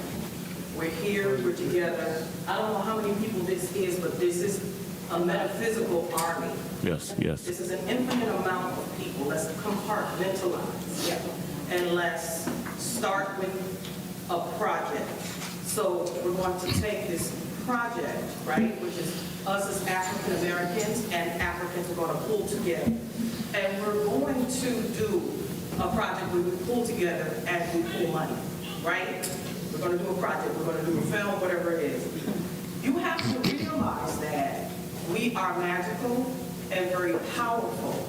The fingerprint and the carbon print that we put down is going to last for eons. But just because you're not around to see your power, your work, it doesn't mean that it's not there. Nigerians, the youth, they're technological mind doctors.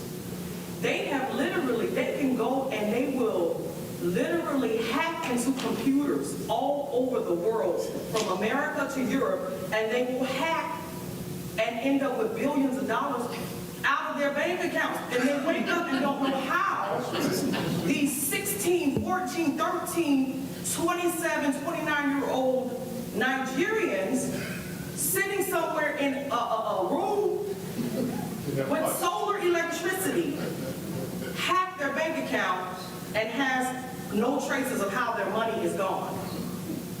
Brilliant. There is nothing that we cannot do. Exactly. Nothing that we cannot do. So when we're having these conversations, when we finish, let's make sure that we are solution driven. Absolutely. Because we are just we're too amazing. Yes. All right, my brother here, thank you. Yes, yes, please. People know how brilliant we are, okay? So we're on the radar, believe me. And we can do it in secrecy. Yeah. We can. Yeah, we can't be too loud with it. The world is CSI Miami. All that stuff is not real. On the microphone. We can literally do what we're doing undetected. We can do it. By the time they find out, it's done. Right. That's what it should be. That's what it should be. Okay, Yeah. my brother? My biggest concern is we're all talking and it sounds good, everyone makes sense, but is there really a solution? Is unity between Africa, the continent, and African Americans even possible? Yeah, definitely. But we're here. No, because we're here, but you're talking about 700 million, we got 40 million over here, and are we even at a point where we even know what's going on to be, because I agree with you making money. I think that's what we all should do. We should all make money.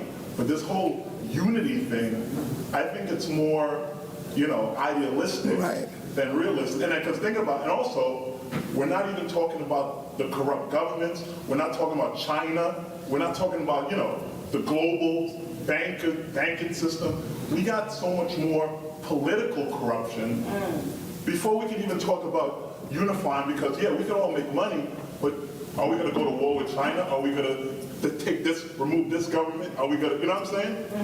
And you got black people in America. We're on the Democrat plantation. You got mad things going on, and we're talking about, you know what I'm saying? Yeah. So I think we got to all deal with what's going on our street before we can go nationwide, because we got wars in America right now. Well, that's the problem. When you're thinking about just sorting out your problem first, the Caucasians are thinking of how they're going to be doing business in the continent, and are getting a lot of money out of it. Businesses are happening. People are coming over and asking questions and are setting up businesses and looking out for partnerships with these local industries in the continent.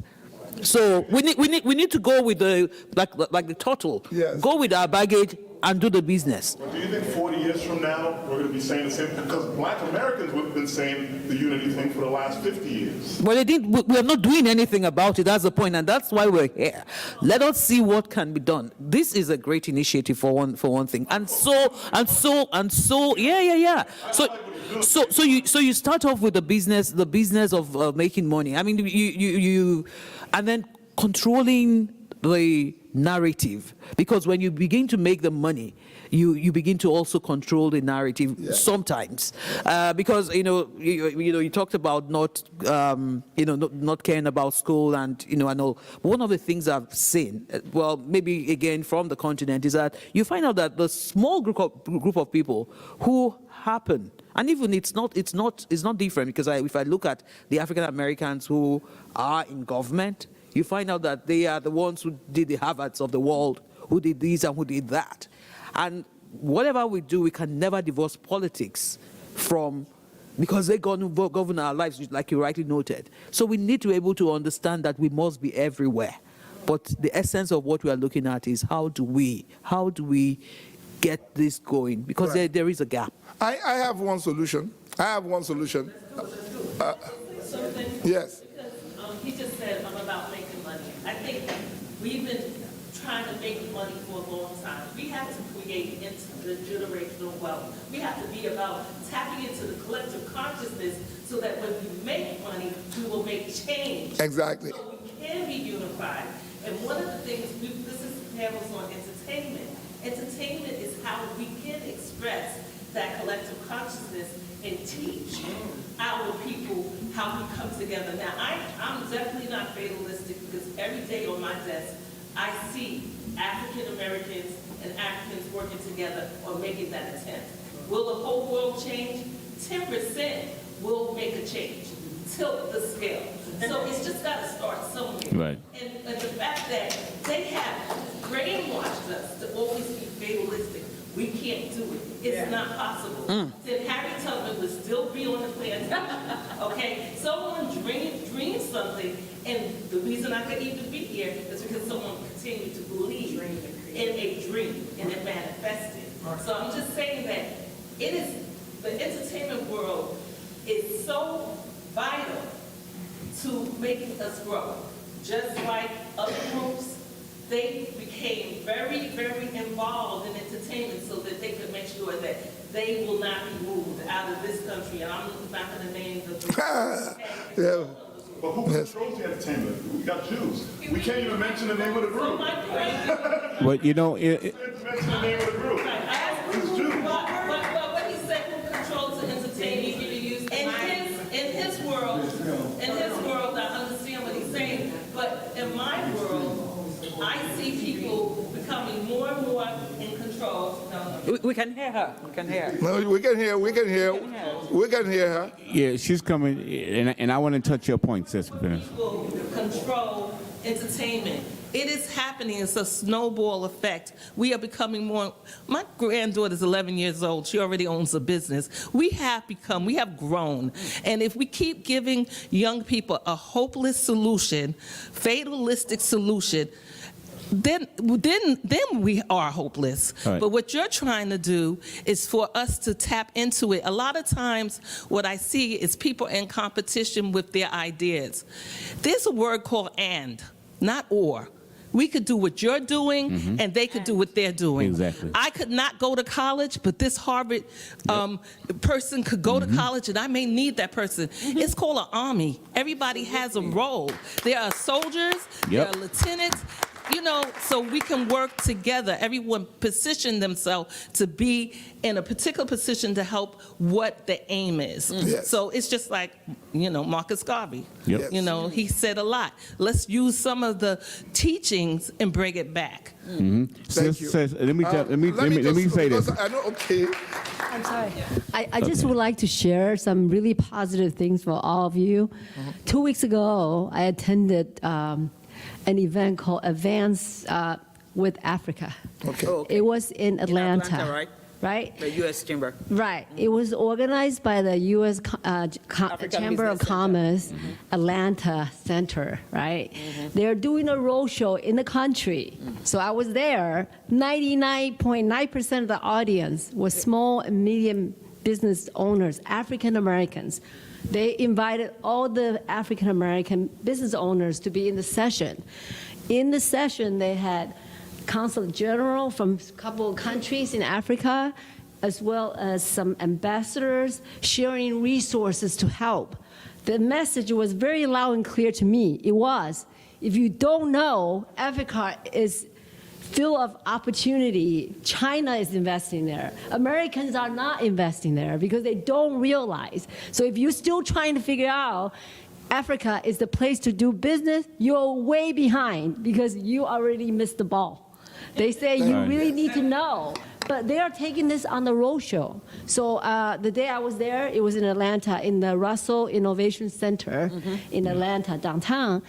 And they were taking, the next stop was Houston. And they were going to go to Chicago. They're going to go around the country. Cities where you have the... Yes, and I was so encouraged by the session. It was very, very powerful, and lots of business. I spoke to a lot of small business owners, and then afterwards, they even had, like, they walked to a coffee shop owned by African American. They had a little networking session going on.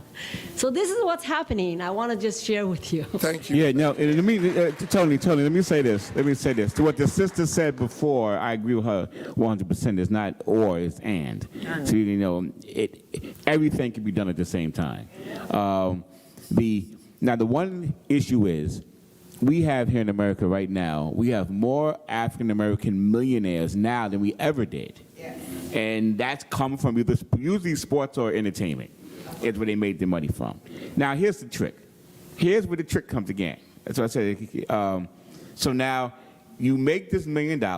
You make $20 million a year playing ball or entertainment, whatever it is. Who handles your money?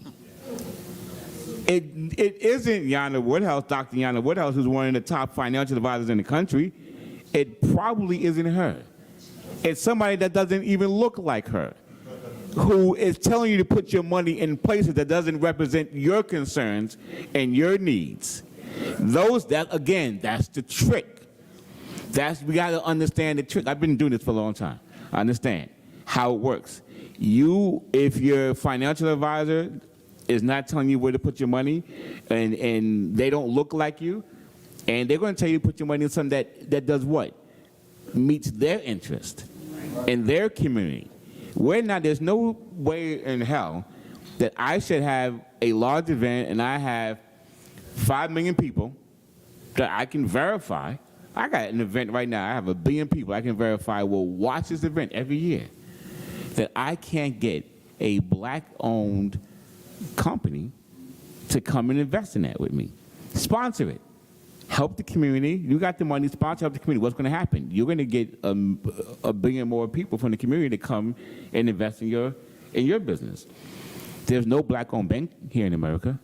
There is no black-owned bank here in America. Not one. There's not. The one that bought over the gathering spot? Yana, is there a black-owned bank in America? Yes, there is one. There is. If you want to know about She'll tell you. There's not a black-owned bank. if you want to see if it's really black-owned, go to Right. There is not a black-owned bank in America. I don't care what they say. There's not one. Okay, but there is a black-owned bank, I understand, in Africa. That's black-owned. They should have a branch here in America. There is that one. I can put my money into. UBA is here in New York. Well, yes. I want to do that. Is. And then there's a bank that just recently bought over the gathering spot. I'm trying to get the gathering spot is like a 1 million group of young black and colored entrepreneurs in this continent, in this country. And they have a bank. And yes, they were recently bought over by a bank. Recently, okay, yeah, recently that could be, please do, because I want to put my money in that bank. Yeah, I will share the details with you. Can you help me check? Can you help me check? Please, Stephen. I don't like mics, but can you guys hear me? Can you hear me? Yeah. So I actually want to do a tie-in between panel 1 and panel 2 because from where I'm sitting, I feel like we're preaching to the choir in here. Because again, this is New York, but I also say we're in Times Square, and on a Saturday where people are like, I got to go where, how, so I know. You've done just a great job. All these panels are wonderful, but at the end of the day, I want to kind of step back. I think we're getting caught up in like education versus no education. U.S., a lot of the tie-ins, Dr. Woodhouse earlier, it speaks to me like the tie-in now, the nexus.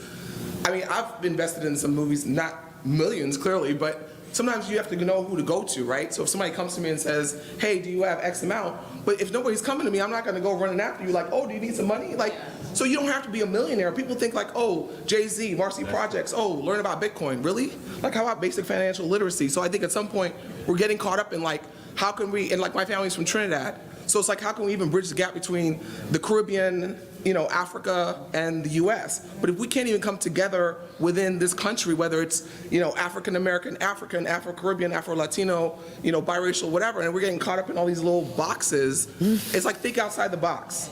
So like, who needs money? Like, hey, do you know somebody who could give me like 20,000, 50,000? Can you invest in my project?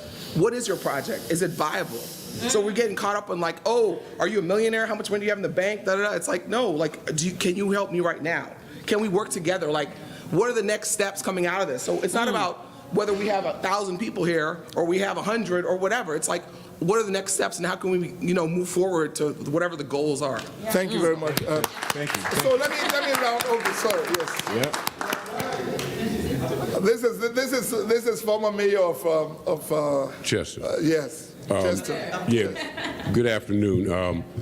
I just wanted to share something with you as a former mayor, and I've seen it from the top. So you don't know what you have to deal with, and you think it's a difference of opinion in here. This is a good difference of opinion. I'd love to have you as citizens of my city. I'm telling you, I'd be the baddest dude. New York would be nothing compared to what I could do with these kind of resources. But I think that just to encourage you, as mayor, it begins and ends in economic development. There's nobody that loves black people more than I do. I shared with Dr. Woodhouse. She mentioned some people that she talked with and mentored with, so I'm in awe with her. And I've seen and read her before. But it begins and ends with economic development. I'd love for my people to be more culturally conscious of the roots in Africa. I can tell them, I can teach them that, but economic development is our issue that puts us together and separates us. If I go to the continent, which I've never been, I'm going to go, but when I go, I'm going to go there because I love, one, black people. But we're starting in some endeavors here that I'm going there with a mission and a reason to bring black people back here to this country and do business here. We're going to create it. I can do some things now that I couldn't do as mayor. Politics ain't going to be no answer. They can give you some resources and they'll promise you from councilman all the way up to the president of the United States. Political people move resources back and forth. They have no allegiance to nobody. And I'm just not saying personally, some of them, yeah, are very dedicated. But as far as what you need, and the secrecy thing, I think you have these discussions in secrecy and intimacy. But what you're doing is all marketing. And you know that better than anybody, what you were talking about. So I think all the ingredients to do everything that you need to do are right here. One more note, I have a social psychology background. You were talking about adolescents. This thing started with adolescents. What you said about, Africans on the continent creating, African adolescents creating, starting to commit suicide. I heard somebody say social science. Africans on the continent are adolescents on the continent, the same as adolescents here in the United States. They are adolescents. There's a certain thing about adolescence. It's a turbulent time, a creative time.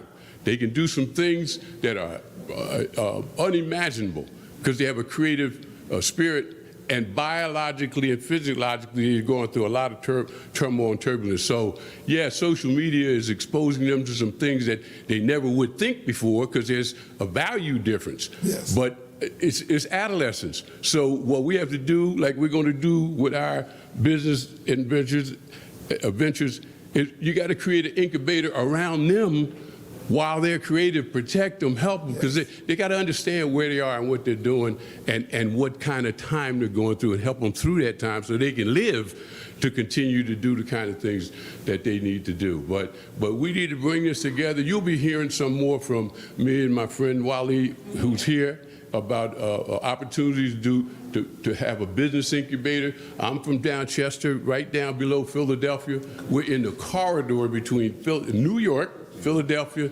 and Delaware, and you'll be hearing more. We're going to let everybody here know when we get things, but we already have it arranged because I want to take advantage of the opportunity, not just because I love Africa culturally and all that. Man, we got to do the business because the whole thing is about economic development.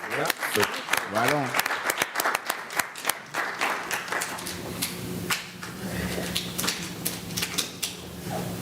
Hi. Okay. Normally, I don't like to get up and speak. I like to be the person behind the scenes. But I'm going to do this as an educator because you guys have piqued my interest. I just retired from teaching for 32 years. I can tell you what the problem is with education because I've been in it all of my life. It is the narrative. It's the fact that the narrative teaches our kids, get an education so you can get a job, and that's it. Get a master's so you can get more money, and that's it. That is what they start teaching them from kindergarten all the way to high school. That is the wrong narrative, and I did not realize that until I went to and got my master's. Actually, I switched over and got a master's in literacy, which was called transformational literacy. And I learned something completely different. And I started educating the children completely different. I wasn't raised or taught that I could be anything that I wanted to be. I had that desire and instinct in myself. I wanted to be an astronaut. That's what I wanted. I wanted to get off of this planet, and it was something that I wanted to do from when I was a child. But I grew up with poor eyesight, overweight, and it was like, no way that's happening. So I settled for aircraft mechanics, and I became a licensed aircraft mechanic. One of the few women at that time in that field. Then, from there, I decided I wanted to do a business. I'm one of those people that have an LLC. Don't ask me why, but I do. But from there, I've had the spirit that I can accomplish. Somebody said to me, poor people fight obstacles, whereas rich people look for opportunity. I have realized that I want the opportunity. I have one child, and as a single black mother, I paid her tuition out of pocket, and that was $109K. So if I can do that for her, I know what I can do for myself. This individual said about the incubator, that is the solution that I came up with. We need to embrace our young people and help them to become creative. If we don't do that, then we're going to lose masses of them. I am right now in between two states, New York and New Orleans, because my daughter graduated from Xavier University out in New Orleans, and I'm helping her. The amount of death and crime that I see out there outweighs anything that I've ever seen in New York. We have to help our kids. And I feel like I have a solution, and I'm hoping that as I speak to those of you during the networking, that we can take this solution and take it to the next level, because that's what I am. I'm solution orientated. I don't have time to play these games. One of the things, because I've always taught high school, was that the Department of Ed at the very last ending of my career said, we're going to put you in kindergarten. And I was upset because I don't want to deal with the little babies I've been dealing with. I'm almost done. Okay? But I got to see it. I know how it ends. I got to see how it begins. And it takes a community. It takes those parents to bring their children in and to help them learn their names. I sat with kids that couldn't even spell their names and they were 7 years old, or didn't understand how to count to 10. We as a community, when it says it takes a village to raise a child, that's what it is. We have to go beyond that. We have to go beyond. And we have to remember not to allow ours to fail. Teachers give a lot to children to the point where their own children don't succeed. And that was one of the things that I said that I was never going to do with my child. But also we have to, I wish that, or I'm hoping that my daughter sees my entrepreneur spirit and will take after me and start to think in that particular type of way. But if that's not something that is pushed, and I can tell you that it's not necessarily always pushed in the community or with parents with children, they won't know until somebody comes in. So when you think about teachers, think about the fact that the Caucasian teachers are pulling stuff because of whatever they're being taught or told, that we don't have the same type of understanding, or we need to focus on reading and writing and all this other stuff. That creative part is not being pushed. They're trying to completely take that out of the curriculum and just focus on other stuff that is not going to help us, and we're not getting the right type of training that is going to make our kids succeed in the 21st century. So we really have to focus on that as well. Thank you. Thank you. We're about to round up. I just want to say a couple of things. Being a publisher, you for, like I said, 20 years, you hear almost everything in all the discussions and development and all that. There are different levels, and there's what you call extermination time. There's something called, I want you to listen to me, there's something called extermination time. While you're taking your sweet time to raise your kid, to work together, to come together as one day, everybody revolts. This is what I used to say in Lagos. And I used to tell them that the youth are going to revolt, and they never listened until the youth revolted, and the government went and shot all the youth dead. We don't have time. What we need to do, that brother that was here that stood up, what he said is critical, and that's what also the mayor said. While we are doing the social building of our families, of our children, the economics has to be prime. There has to be a fund somewhere that is going to give us the opportunity to do what we're doing. We're talking about Soul City. For him to do what we're asking him to do, he's going to need a couple of $1 million. Is it all of us that are going to donate $5? Listen to me carefully. There has to be a way that we can raise $100 million, $1 billion like this. It's not going to come from no government in Africa. It's not going to come from no government in the US. It's not going to come from people coming to invest in Africa. It's going to come from one individual. That one individual has $100 million. He says, guess what? You want to raise your children and teach them about entrepreneurship? Here's $2 million. You want to do XYZ? Here's $5 million.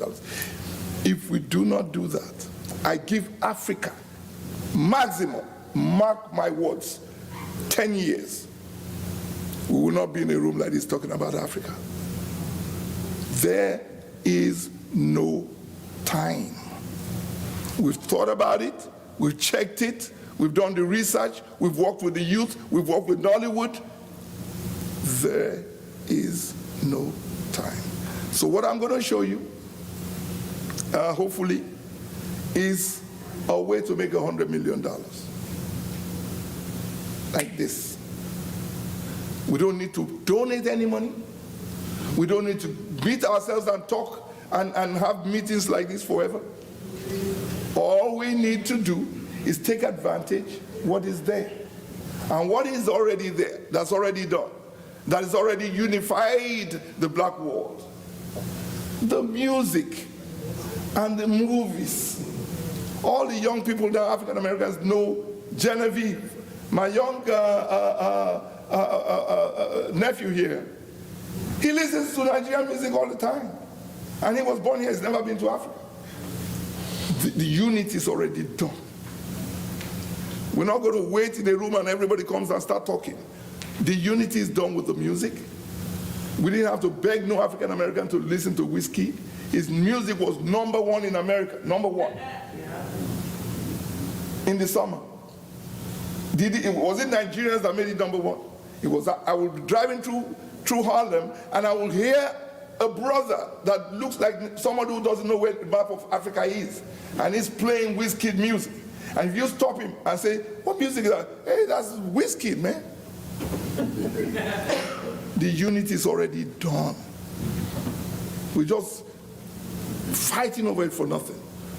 Take advantage of what's there. And there's a way to take advantage. It's called a digital monetization platform. So I'm going to show you, please. I'm sure, can we go sit? Excuse me? Are we? Oh, yeah. If you want, we can, I think we can sit. So that we can watch. Yeah, thank you.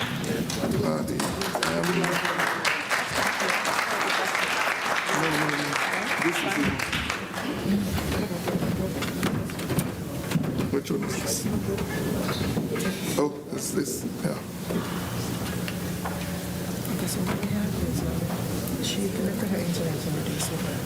So let's see if we can. So what happened? Please come. Jasmine was over here. She tried. I think she connected us to the Wi-Fi. So let's put this.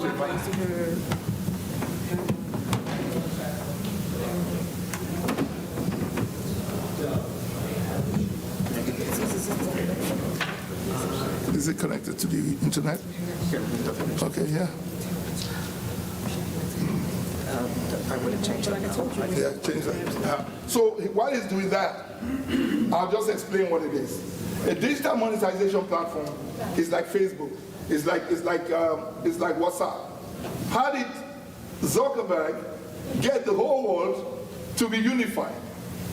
All he had to do, he didn't come to nobody's house. He didn't hold no conference. He didn't talk about how they're going to come together. He just created a platform where, in this case, the platform, you can express yourself. Thank you very much. You can express yourself. You can put your family's picture there. And everybody did it. Why did everybody do it? Because he knew that people are vain. People are vain. So it's a simple experiment. If people are vain, they like to see themselves in pictures. Why is Instagram a multi-billion-dollar company? It's a multi-billion-dollar company because people are vain. You see all the women. When we were growing up, we didn't see no women taking pictures of themselves like this. Now they do it. They want to see themselves, and they want to see people praise them, that they look good. Take advantage of the technology, and you solve the problem. Unfortunately, we haven't seen it, but you're going to see it now. This is it. It's called Blaze Channel. What?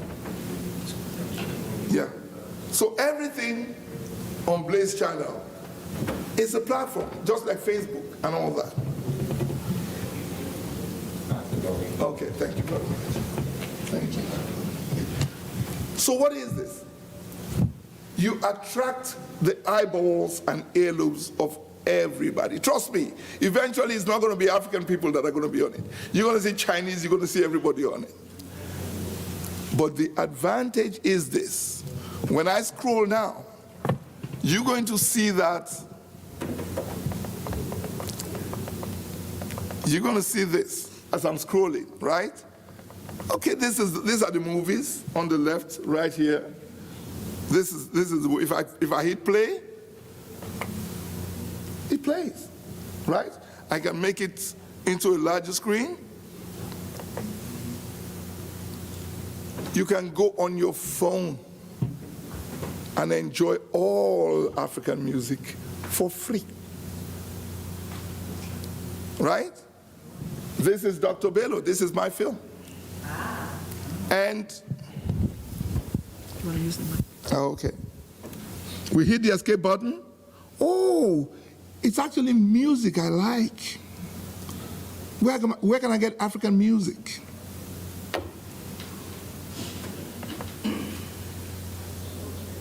Where is it? It's coming. Yeah, Blaze Channel.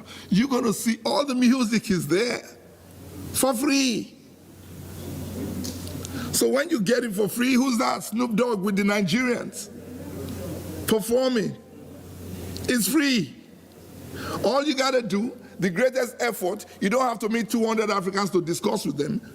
You got to type on your phone www.blazechannel.com. That's all.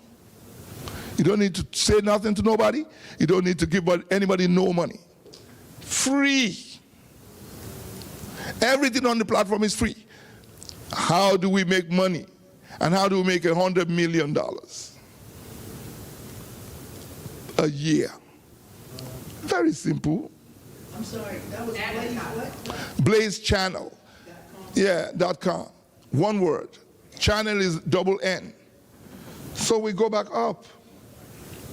Right on top is this right here is what we call the monetization of the platform. The monetization of the platform. All the people on this platform send money to Africa. So all you got to do is get everybody who is on the platform, millions of people enjoying the content for free. When you want to send money, click one button. This button. Get started. It takes you to a platform where you can send money. That's it. And when you send money on it, guess what happens? We get 40% of the fee. Whoever controls the eyeballs and the heirlooms controls the money. Now, very soon, guess what? We don't get 40% of the fee. We get 100% of the fee because we own the licenses. New York license is $5 million. Philadelphia is $1 million.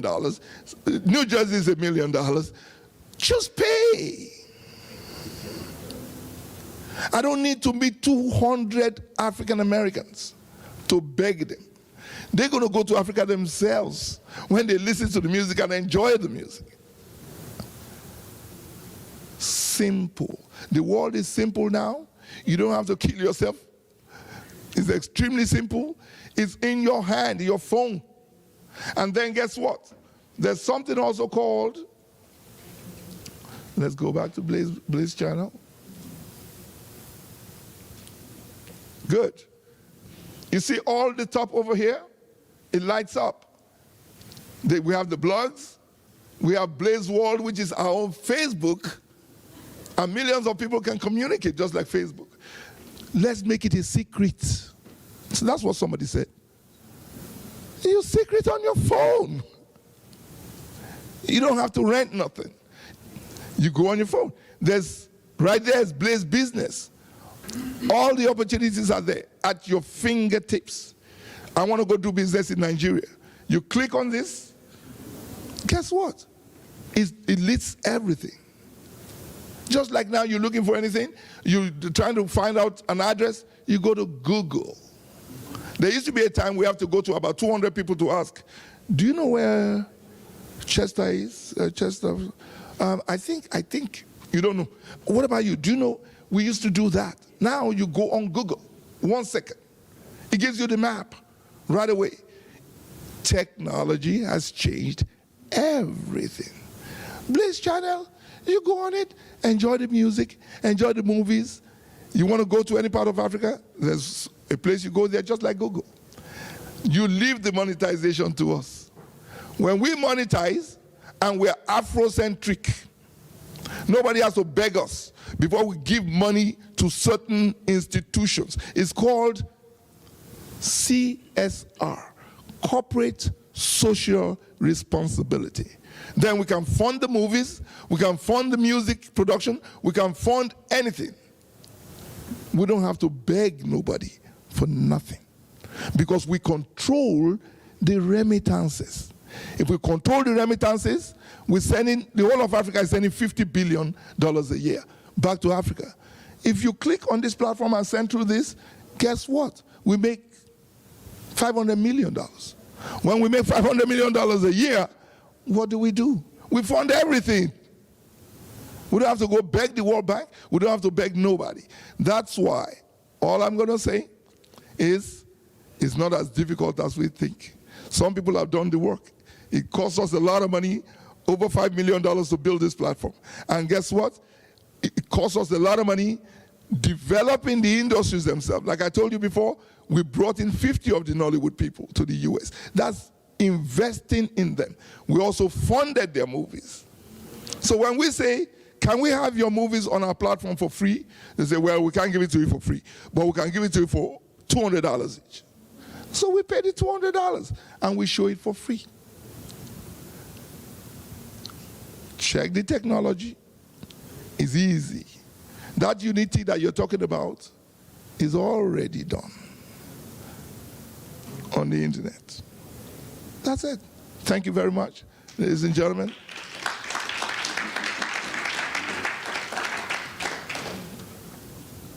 If you have any questions before we leave, then we can take the questions. Otherwise, I think we are basically done for this. Oh, do you have a question? Yes, please.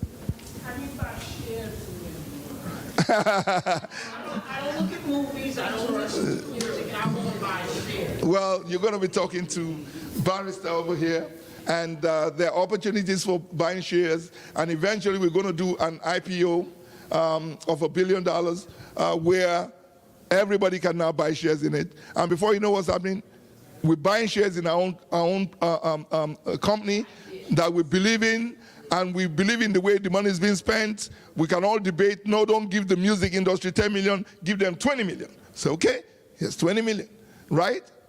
So, And something else I want to say, if we're going to teach young people, they need to look at what we do. Yes. First of all, we shouldn't even be in the Marriott. Why? Because it's the biggest landlord of America's prison system. Yes. Okay? So we need to look at ourselves, okay? There was no church that would let you in and have this conference. No church in Harlem or Brooklyn. We have to think differently. Okay? yes, yes. Marriott, even if they gave you this space free today, we shouldn't be here. Okay? Okay. That's how I feel. Thank you very much. Maybe next time we have it in the church in Harlem. Yes, yes. Anything, but that's how I feel. Thank you. Thank you very much. So, yes. Thank you, everybody. We've come to the end of the Africa Expo. Next year, maybe we'll be in a Harlem church, you know, and hopefully we can get a lot more people to come in to join us. I want to say thank you to everybody. You all stayed around. Even my brother that said he was leaving is still here. Thank you so much, and God bless you all. Until next year, bigger and better. Thank you.